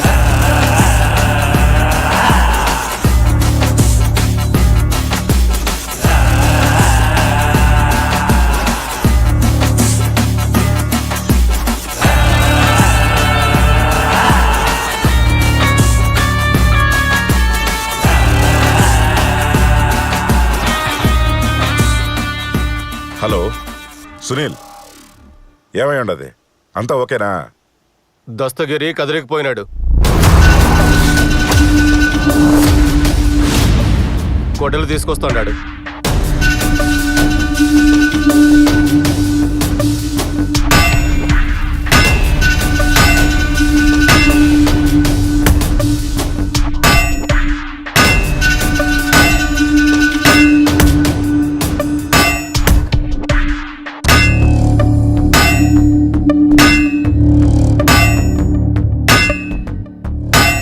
ఇప్పుడు ఎలాంటివేంది? అయినా నువ్వెందుకు పంపించినావా? ఇదంతా ముందుగా చూసుకున్న బళ్ళా? నీకేమైనా బుద్ధి ఉండదా? నువ్వేం కంగారు పడ మాకు, వాడు వస్తాడు.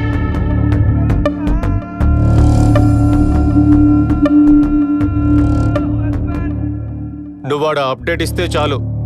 అది కాదు సునీల్. ఛ!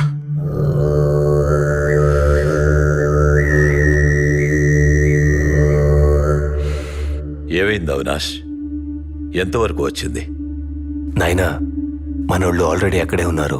మనం కాసేపు కామ్గా వెయిట్ చేస్తే వాళ్ళ పని వాళ్ళు చేసుకొని వస్తారు. మీరు రిలాక్స్గా ఉండండి. ఇంతకీ అన్న ఏమంటున్నాడు? నవీన్ ఫోన్కి అప్డేట్స్ ఇవ్వమన్నాడు. జాగ్రత్తగా మెదడు వాడండి. ఏం చేసినా ఊరికే ఒకదానికొకటి చేసుకొని నెత్తి మీదేసుకోబాకండి. నాయనా, ముందు నువ్వు రిలాక్స్గా ఉండు. మిగతాదంతా నేను చూసుకుంటాను. ఊరికి నువ్వు భయపడి నన్ను భయపెట్ట మాకు.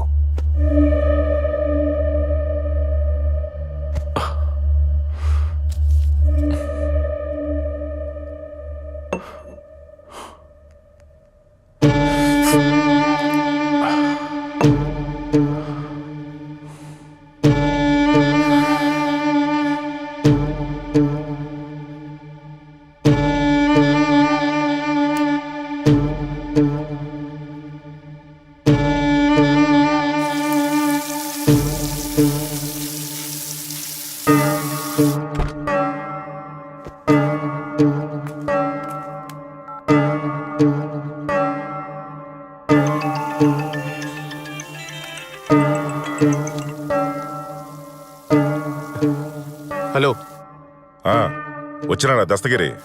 ఇంకా రాలేదు. ఇక్కడంతా బాగానే ఉంటుంది. చెప్పాను కదా, నేను అన్నీ చూసుకుంటాను. మళ్ళీ మళ్ళీ ఫోన్ చేసావంటే వాడికన్నా ముందు నిన్నేసేస్తా. గమ్మునాడిని ఏడుకు తీసుకురా. అది కాదు సునీల్, ఆ మాట పూర్తిగా వినకుండా కట్ చేసినాడే.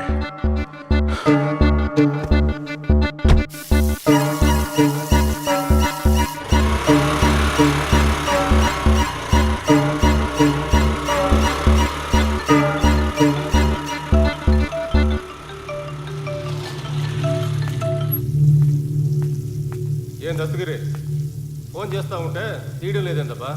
అన్నా డ్రైవింగ్లో ఉన్నానన్నా, టెన్షన్ అవుతా ఉంది. టెన్షన్ దేనికబ్బా? ఇంతకీ తెచ్చినావా లేదా? తెచ్చినానన్నా, బండిలో ఉండాది. సరే తొందరగా రా, పోయి మంత తాగుదాం. సరే అన్నా, వస్తున్నా. వీడేంటి ఇక్కడ మళ్ళీ ఏ ఇంటి చుట్టే తిరుగుతూ ఉంటాడు? మొన్న వచ్చినప్పుడు కుక్క చచ్చిపోయింది. వీళ్ళంతా మళ్ళీ తిరుగుతున్నారంటే ఇంకేం ఘోరం జరగబోతాండాదో. ఈ విషయం అయ్యగారికి చెప్పాలి. ఆయన్ని ఎలాగైనా ఒప్పించి హైదరాబాద్కి పంపించాలి. అంత రెడీగా ఉండదన్నా, ఆ వివేక్ రావడమే ఆలస్యం.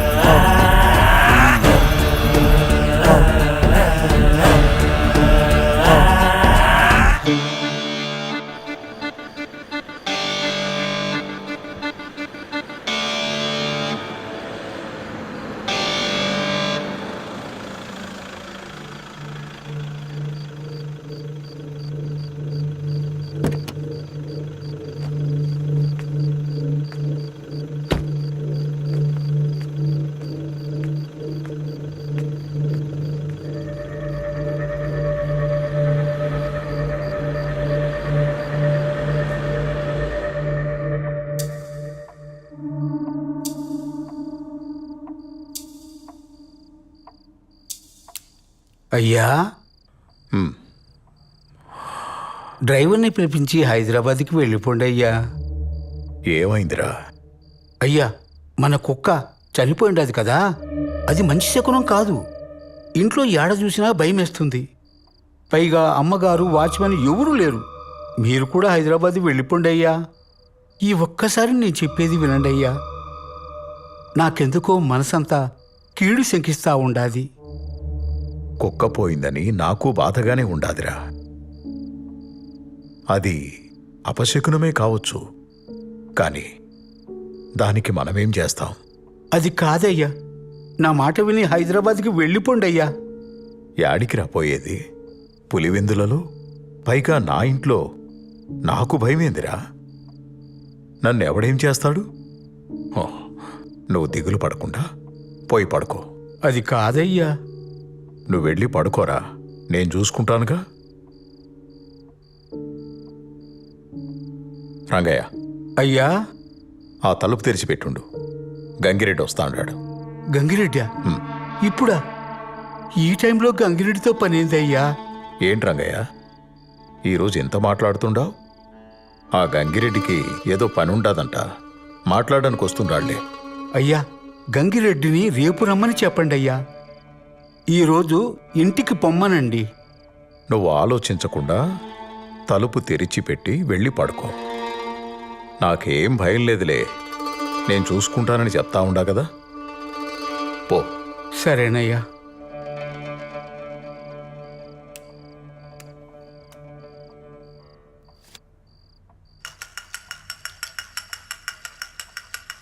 ఏందన్నా ఇప్పుడే వచ్చినారా?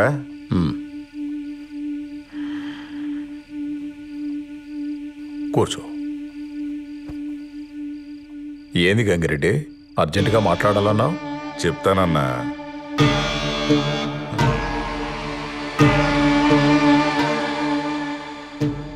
ఆ టైం కూడా వచ్చుండాది.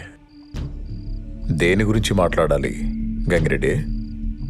మీ గురించే బాధపడతాండన్నా. నా గురించా? నా గురించి ఎందుకు రెడ్డి? పాపం, ఇంట్లో నువ్వు ఒక్కడివే ఉండవు, కనీసం సెక్యూరిటీ కూడా పెట్టుకోలేదే. కాస్త జాగ్రత్తగా ఉండబాళ్ళా? ఎప్పుడేం జరుగుతుందో చెప్పలేం కదన్నా. నాకు సెక్యూరిటీ దేనికి రెడ్డి? నాకు ఆపద తలపెట్టే ధైర్యం ఎవడుకుండాది పులివెందుల్లో? అది కరెక్టే అన్న. మీరు పొద్దున్నుంచి క్యాంపెయిన్ చేసి చేసి అలసిపోయి ఉంటారు. మీరు పోయి స్నానం అది చేసి రండి. నేను ఏడ్నే ఉంటాను, తర్వాత మాట్లాడుకుందాం. సరే, ఏడ్నే ఉండు, వస్తాను.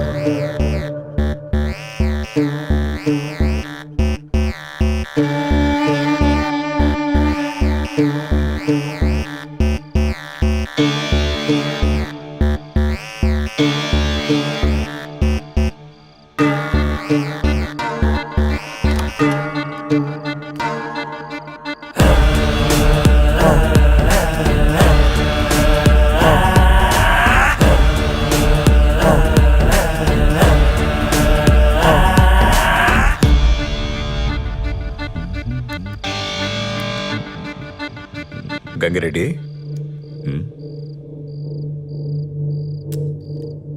ఈ టైంలో వీళ్ళేంటి ఇక్కడ? అదేనా, ఆ బెంగళూరు సెటిల్మెంట్ గురించి మాట్లాడదామని వచ్చుంటారులే. మీరే కంగారు పడకండి అన్నా, అంతా నేను చెప్తాలే కానీ మీరు వచ్చి కూర్చోండి అన్నా. ఆ సెటిల్మెంట్ పంచాయతీ ఎప్పుడూ అయిపోయింది కదా.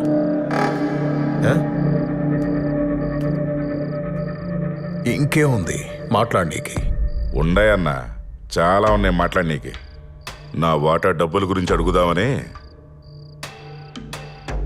ఆ సెటిల్మెంటు డబ్బులు వస్తాయని స్వార్థంతో చేసింది కాదు గంగిరెడ్డి, ఇచ్చిన మాట కోసం చేసి పెట్టింది. దాని నుండి ఒక్క పైసా కూడా నేను ఆశించలేదబ్బా. మరి నీకెందుకు ఇలాంటి దుర్బుద్ధి పుట్టిందో తెలియడం లేదు. అవును, నేను దుర్మార్గుణ్ణే, నాకు నా డబ్బు కావాల్సిందే. నువ్వు ఇచ్చిన మాట కోసం చేసావో నీ స్వార్థం కోసం చేసావో అదంతా నాకు అనవసరం. నా డబ్బు నాకు కావాలి. ఎన్నిసార్లు చెప్పాలయ్యా నీకు? అర్థం కావట్లేదా? ఇది డబ్బుల కోసం చేసింది కాదు. దీని గురించి మర్చిపో. మళ్ళీ ఈ మ్యాటర్ గురించి మాట్లాడాల్సిన అవసరం లేదు. మాట్లాడితే వెళ్ళిపోతాండో. కూసో. నా డబ్బు నాకు కావాలి, నా వాటా నాకు కావాలి. ఇస్తావా లేదో చెప్పు. ఆల్రెడీ నీకు చెప్పాను కదా, ఇంకేముంది మాట్లాడటానికి? దీని గురించి మాట్లాడడానికి ఏమీ లేదు. అర్థమవుతుందా? అవదో. నాకు అర్థం అవ్వదు. నా వాటా నాకు కావాలి అంతే. ఇస్తావా లేదా చెప్పు. నా దగ్గర డబ్బు లేదు, నేనివ్వను. ఏంట్రా మాటలతో చెప్తే అర్థం కదా, చేతులతో చెప్పాలా? నువ్వు సెటిల్మెంట్ ని డబ్బు కోసం చేసావో దేనికోసం చేసావో మాకు తెలుసు. మా డబ్బు మాకు కావాలి, ఇస్తావా లేదా? సునీల్, వాణ్ణి అంత టార్చర్ పెట్టాల్సిన అవసరం లేదు. ఆడికి ఆల్రెడీ స్టంట్ వేశారు. కిందికి లాగి గుండె మీద 2 గుద్దు, ఊపిరి అలాగే ఆగిపోతుంది.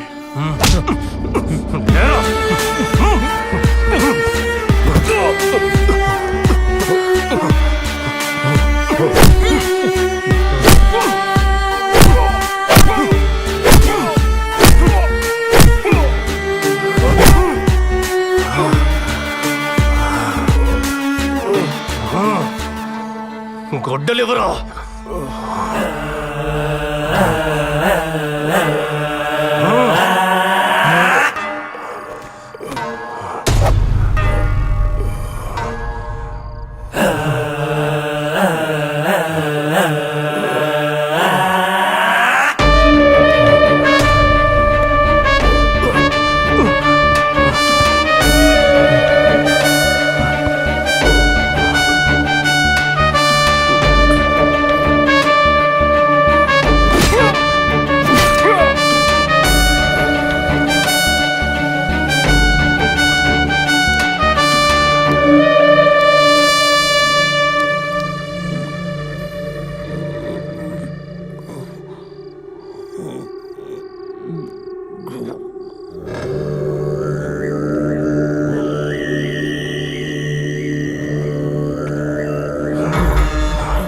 రేయ్, రాయిరా. మేం చెప్పినట్టు లెటర్ రాయ్. రాయమంటుంటే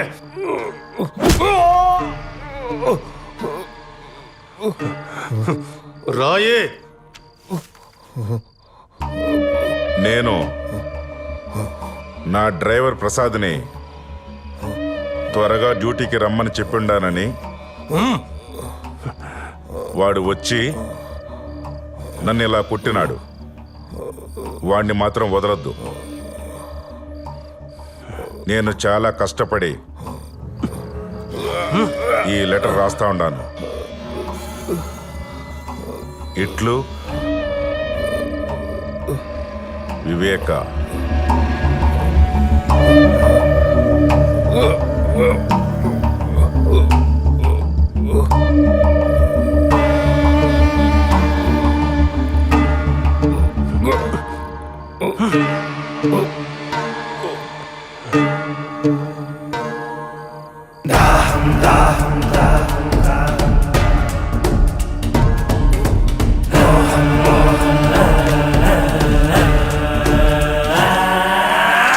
దాహం దాహం అధికార దాహం,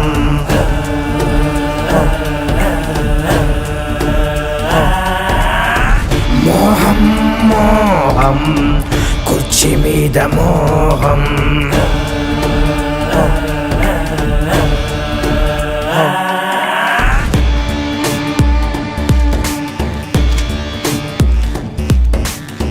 మరిచింది రక్త సంబంధం, ఆరింది పొలివెందుల దీపం, పెరిగింది కోదం, ఇది జగన్నాథ వ్యూహం, ఇది బయటకి రాని చక్ర వ్యూహం.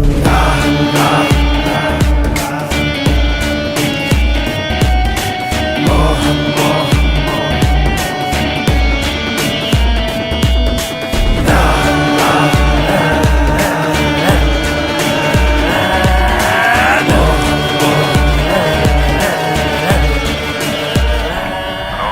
గంగిరెడ్డి, మనకు కావాల్సిందేమైనా దొరికిందా? అదే పని మీద ఉన్నాను అవినాష్. దొరకగానే చెప్తాను. ఆ ముసలోడి ఊపిరి ఆరిందా? వాళ్ళు అదే పని మీద ఉంటారు. పని అయినాక కాల్ చేయండి. ఓకే.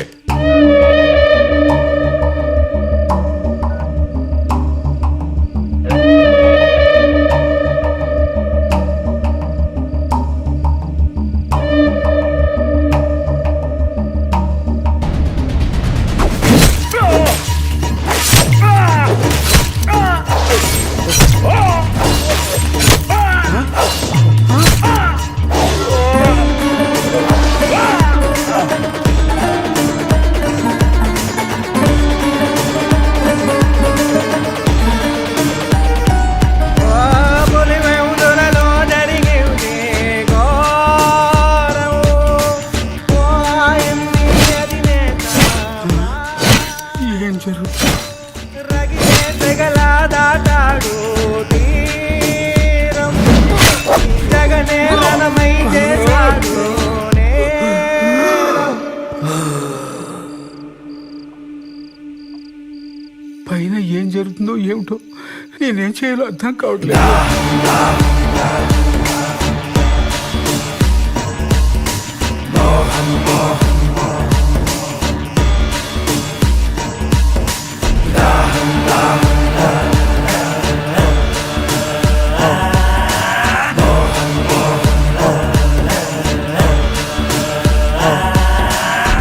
ద్రోహం ద్రోహం విశ్వాసద్రోహం మదనం మదనం తెర వెనక మరణం.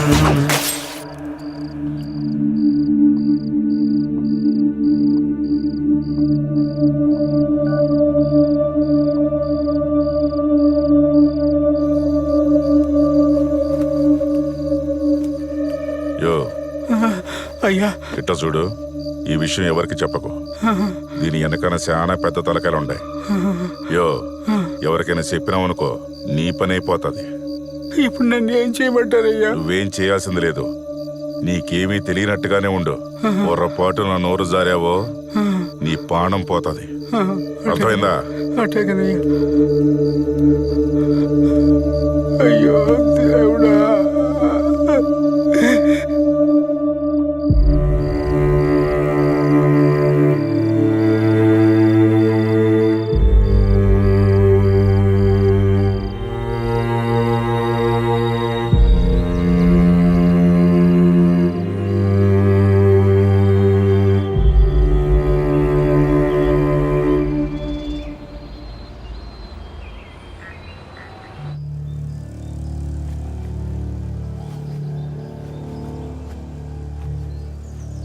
ఏంటి సార్ ఇది? ప్రొసీజర్ ఫాలో చేయట్లేదు. ఇలా అయితే ఎవిడెన్స్ మొత్తం పాడైపోతుంది. ఇప్పుడు క్లీన్ చేయొద్దు సార్, ప్రొసీజర్ ఫాలో అవుదాం. ముందు నువ్వు కామ్గా ఉండు, మిగతావన్నీ నేను చూసుకుంటాను. అలా కాదు సార్, ఇలా చేస్తే ఆధారాలు పోతాయి. దయచేసి నా మాట వినండి.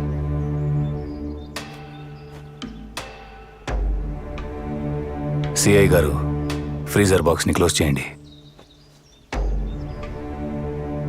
ఇది చాలా అన్యాయం కదా సార్. న్యాయం ఎప్పుడు డబ్బున్నోడి చేతిలోనే ఉంటుందిరా. పద తీసుకో.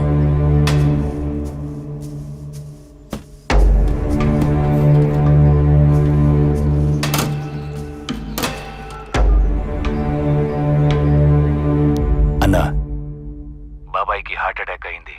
బాత్రూంలో పడి తల తగిలి రక్తం పోయి చనిపోయాడని సునీతకు అప్డేట్ చేశాం.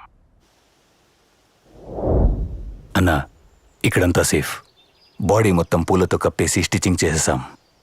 ఫ్రీజర్ కూడా తెప్పించుండాం. నువ్వు తొందరగా వస్తే క్రిమేషన్ చేయించిద్దాం. నాకీడ చిన్న పనుండది, చూసుకుని బయలుదేరుతాను. సరే అన్నా. ఈ లోపు నువ్వు అక్కడంతా జాగ్రత్తగా చూసుకో.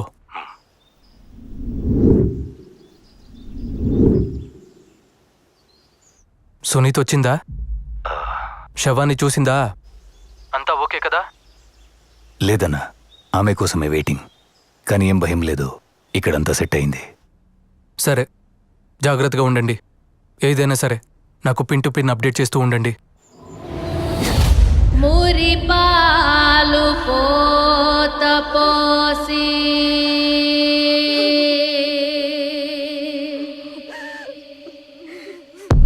కనుపా. సరే అన్నా, సునీత వచ్చింది. నేను మళ్ళీ ఫోన్ చేస్తాను.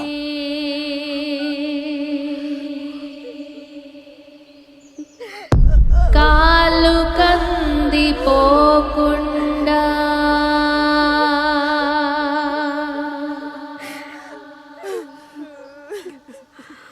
నీడలాగా కాసినావు.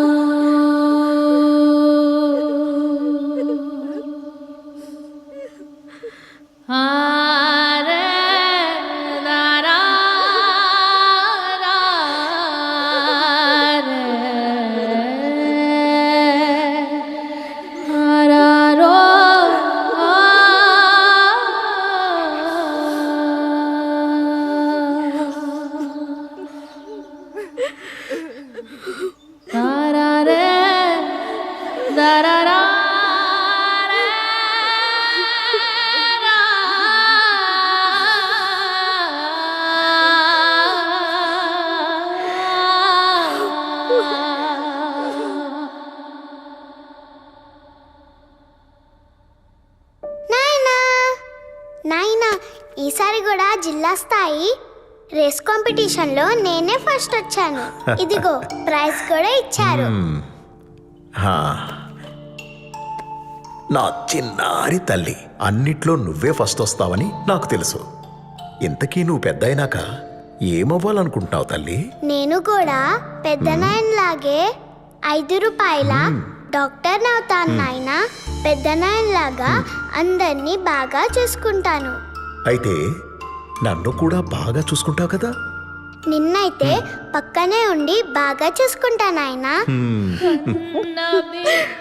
నేను పక్కనుండుంటే ఇదంతా జరుగుండేది కాదు కదా నాయన. ఇదంతా నాదే తప్పు. నన్ను క్షమించండి నాయన. నా బంగారు తల్లి.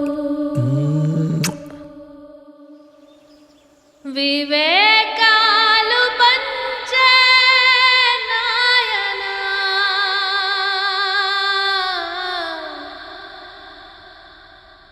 ఎవడి కన్ను కుట్టెను నీ పైన.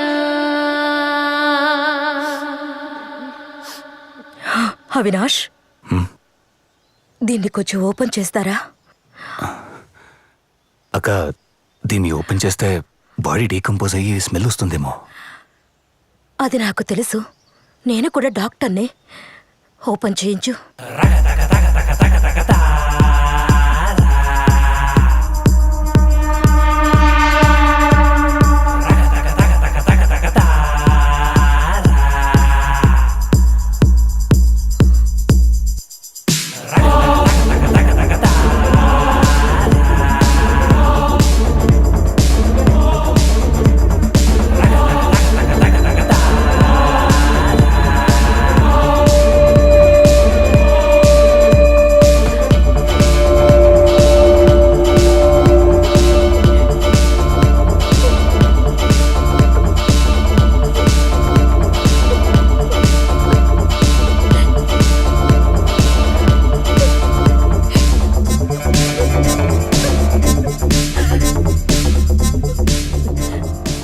అవినాష్,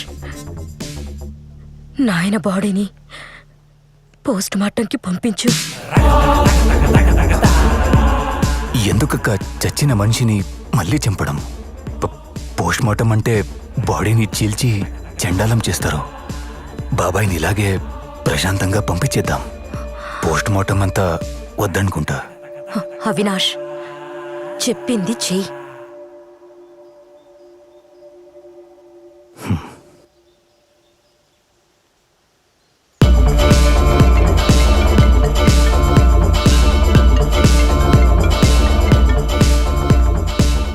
అవినాష్, ఎందుకు అన్నిసార్లు ఫోన్ చేస్తాడావు?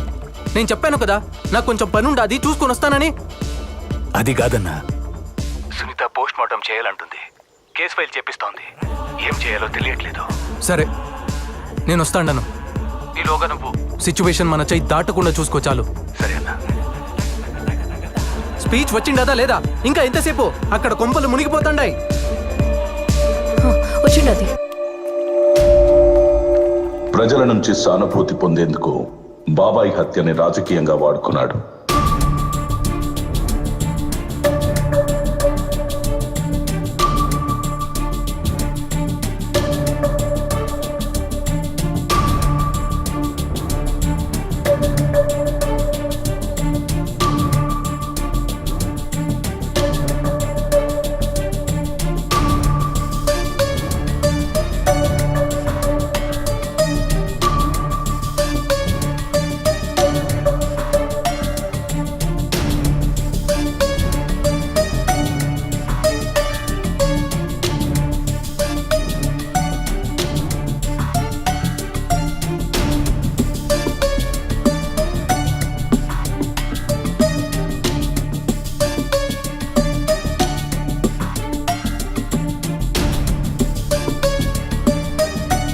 చిన్నాన్న మీద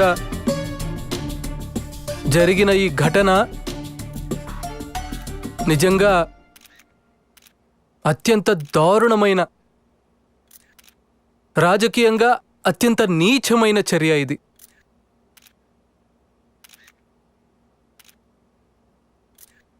ఒక వ్యక్తిని,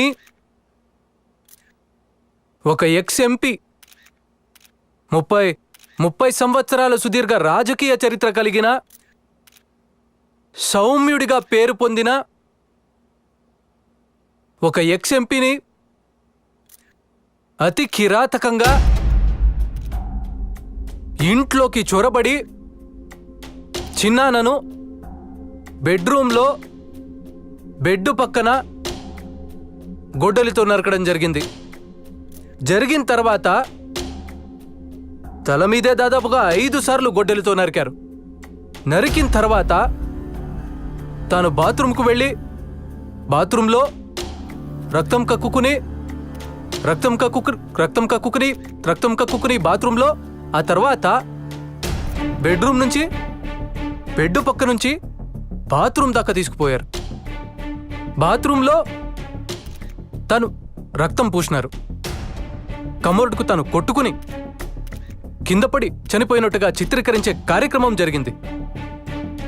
మరి నేను అడుగుతా ఉన్నాను, ఇంత పగడ్బందీగా చిన్నానను బెడ్రూమ్లో బెడ్ పక్కన అటాక్ చేసి అదే మనిషిని ఎత్తుకుని పోయి బాత్రూంలో మళ్ళీ యాక్ట్ని ఎనాక్ట్ చేసి కమోరుడుకు రక్తాన్ని కూడా చూపిస్తూ ఇంత పగడ్బందీగా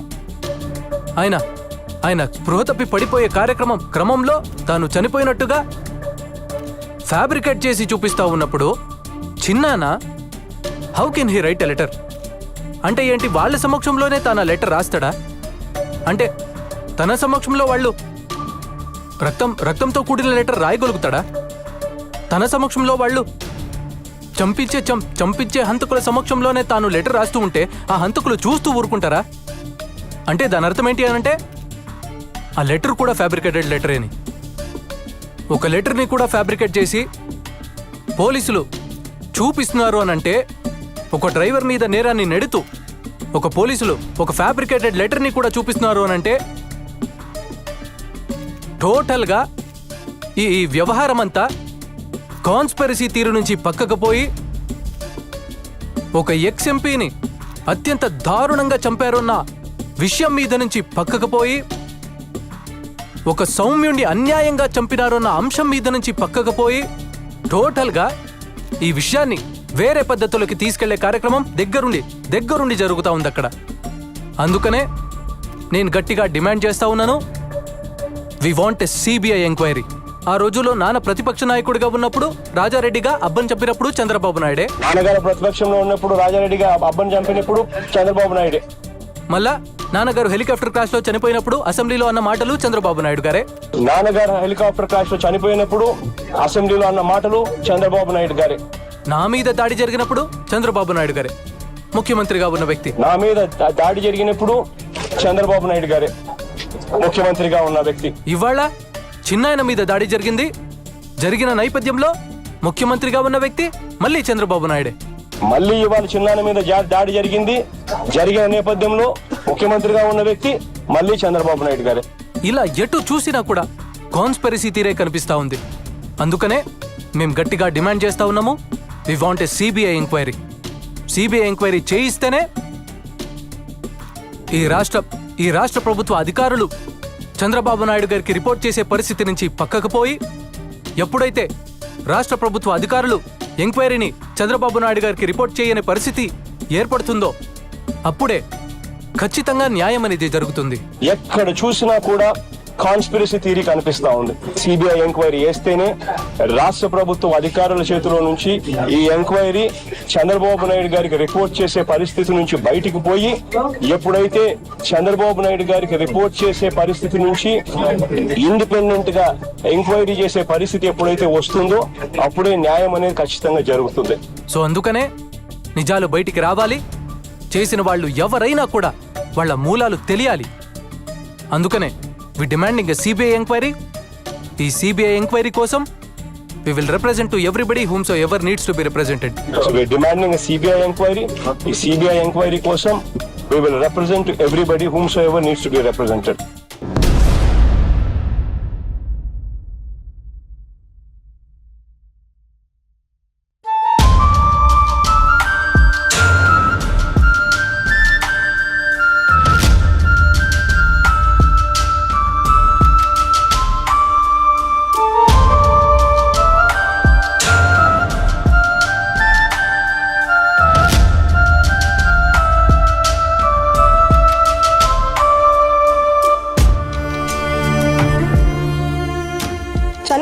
వ్యక్తిని గురించి రకరకాలుగా అవమానిస్తుంటే బాధపడ్డానండి. కూతురిగా మరింత కుంగించినాను. ఒక పెద్ద ఫ్యామిలీ మీద ఇన్ని మచ్చలు ఆరోపణలు వస్తుంటే తట్టుకోవడం ఎవరికైనా కష్టం. ఫేర్గా విచారణ జరగాలి. దోషులు ఎవరైనా ఎంతటి వారైనా శిక్ష పడాలి. ఇంతకు మించి ఈ స్టేజ్లో నేను ఏం చెప్పినా గానీ బాగుండదండి. నా బాధను అర్థం చేసుకోండి. I just want a fair investigation at this point. కన్న బిడ్డలెక్క ప్రజలా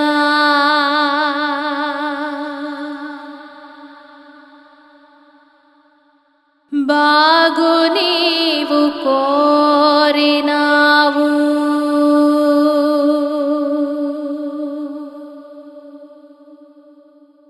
వివేకాలు పంచే నాయనా,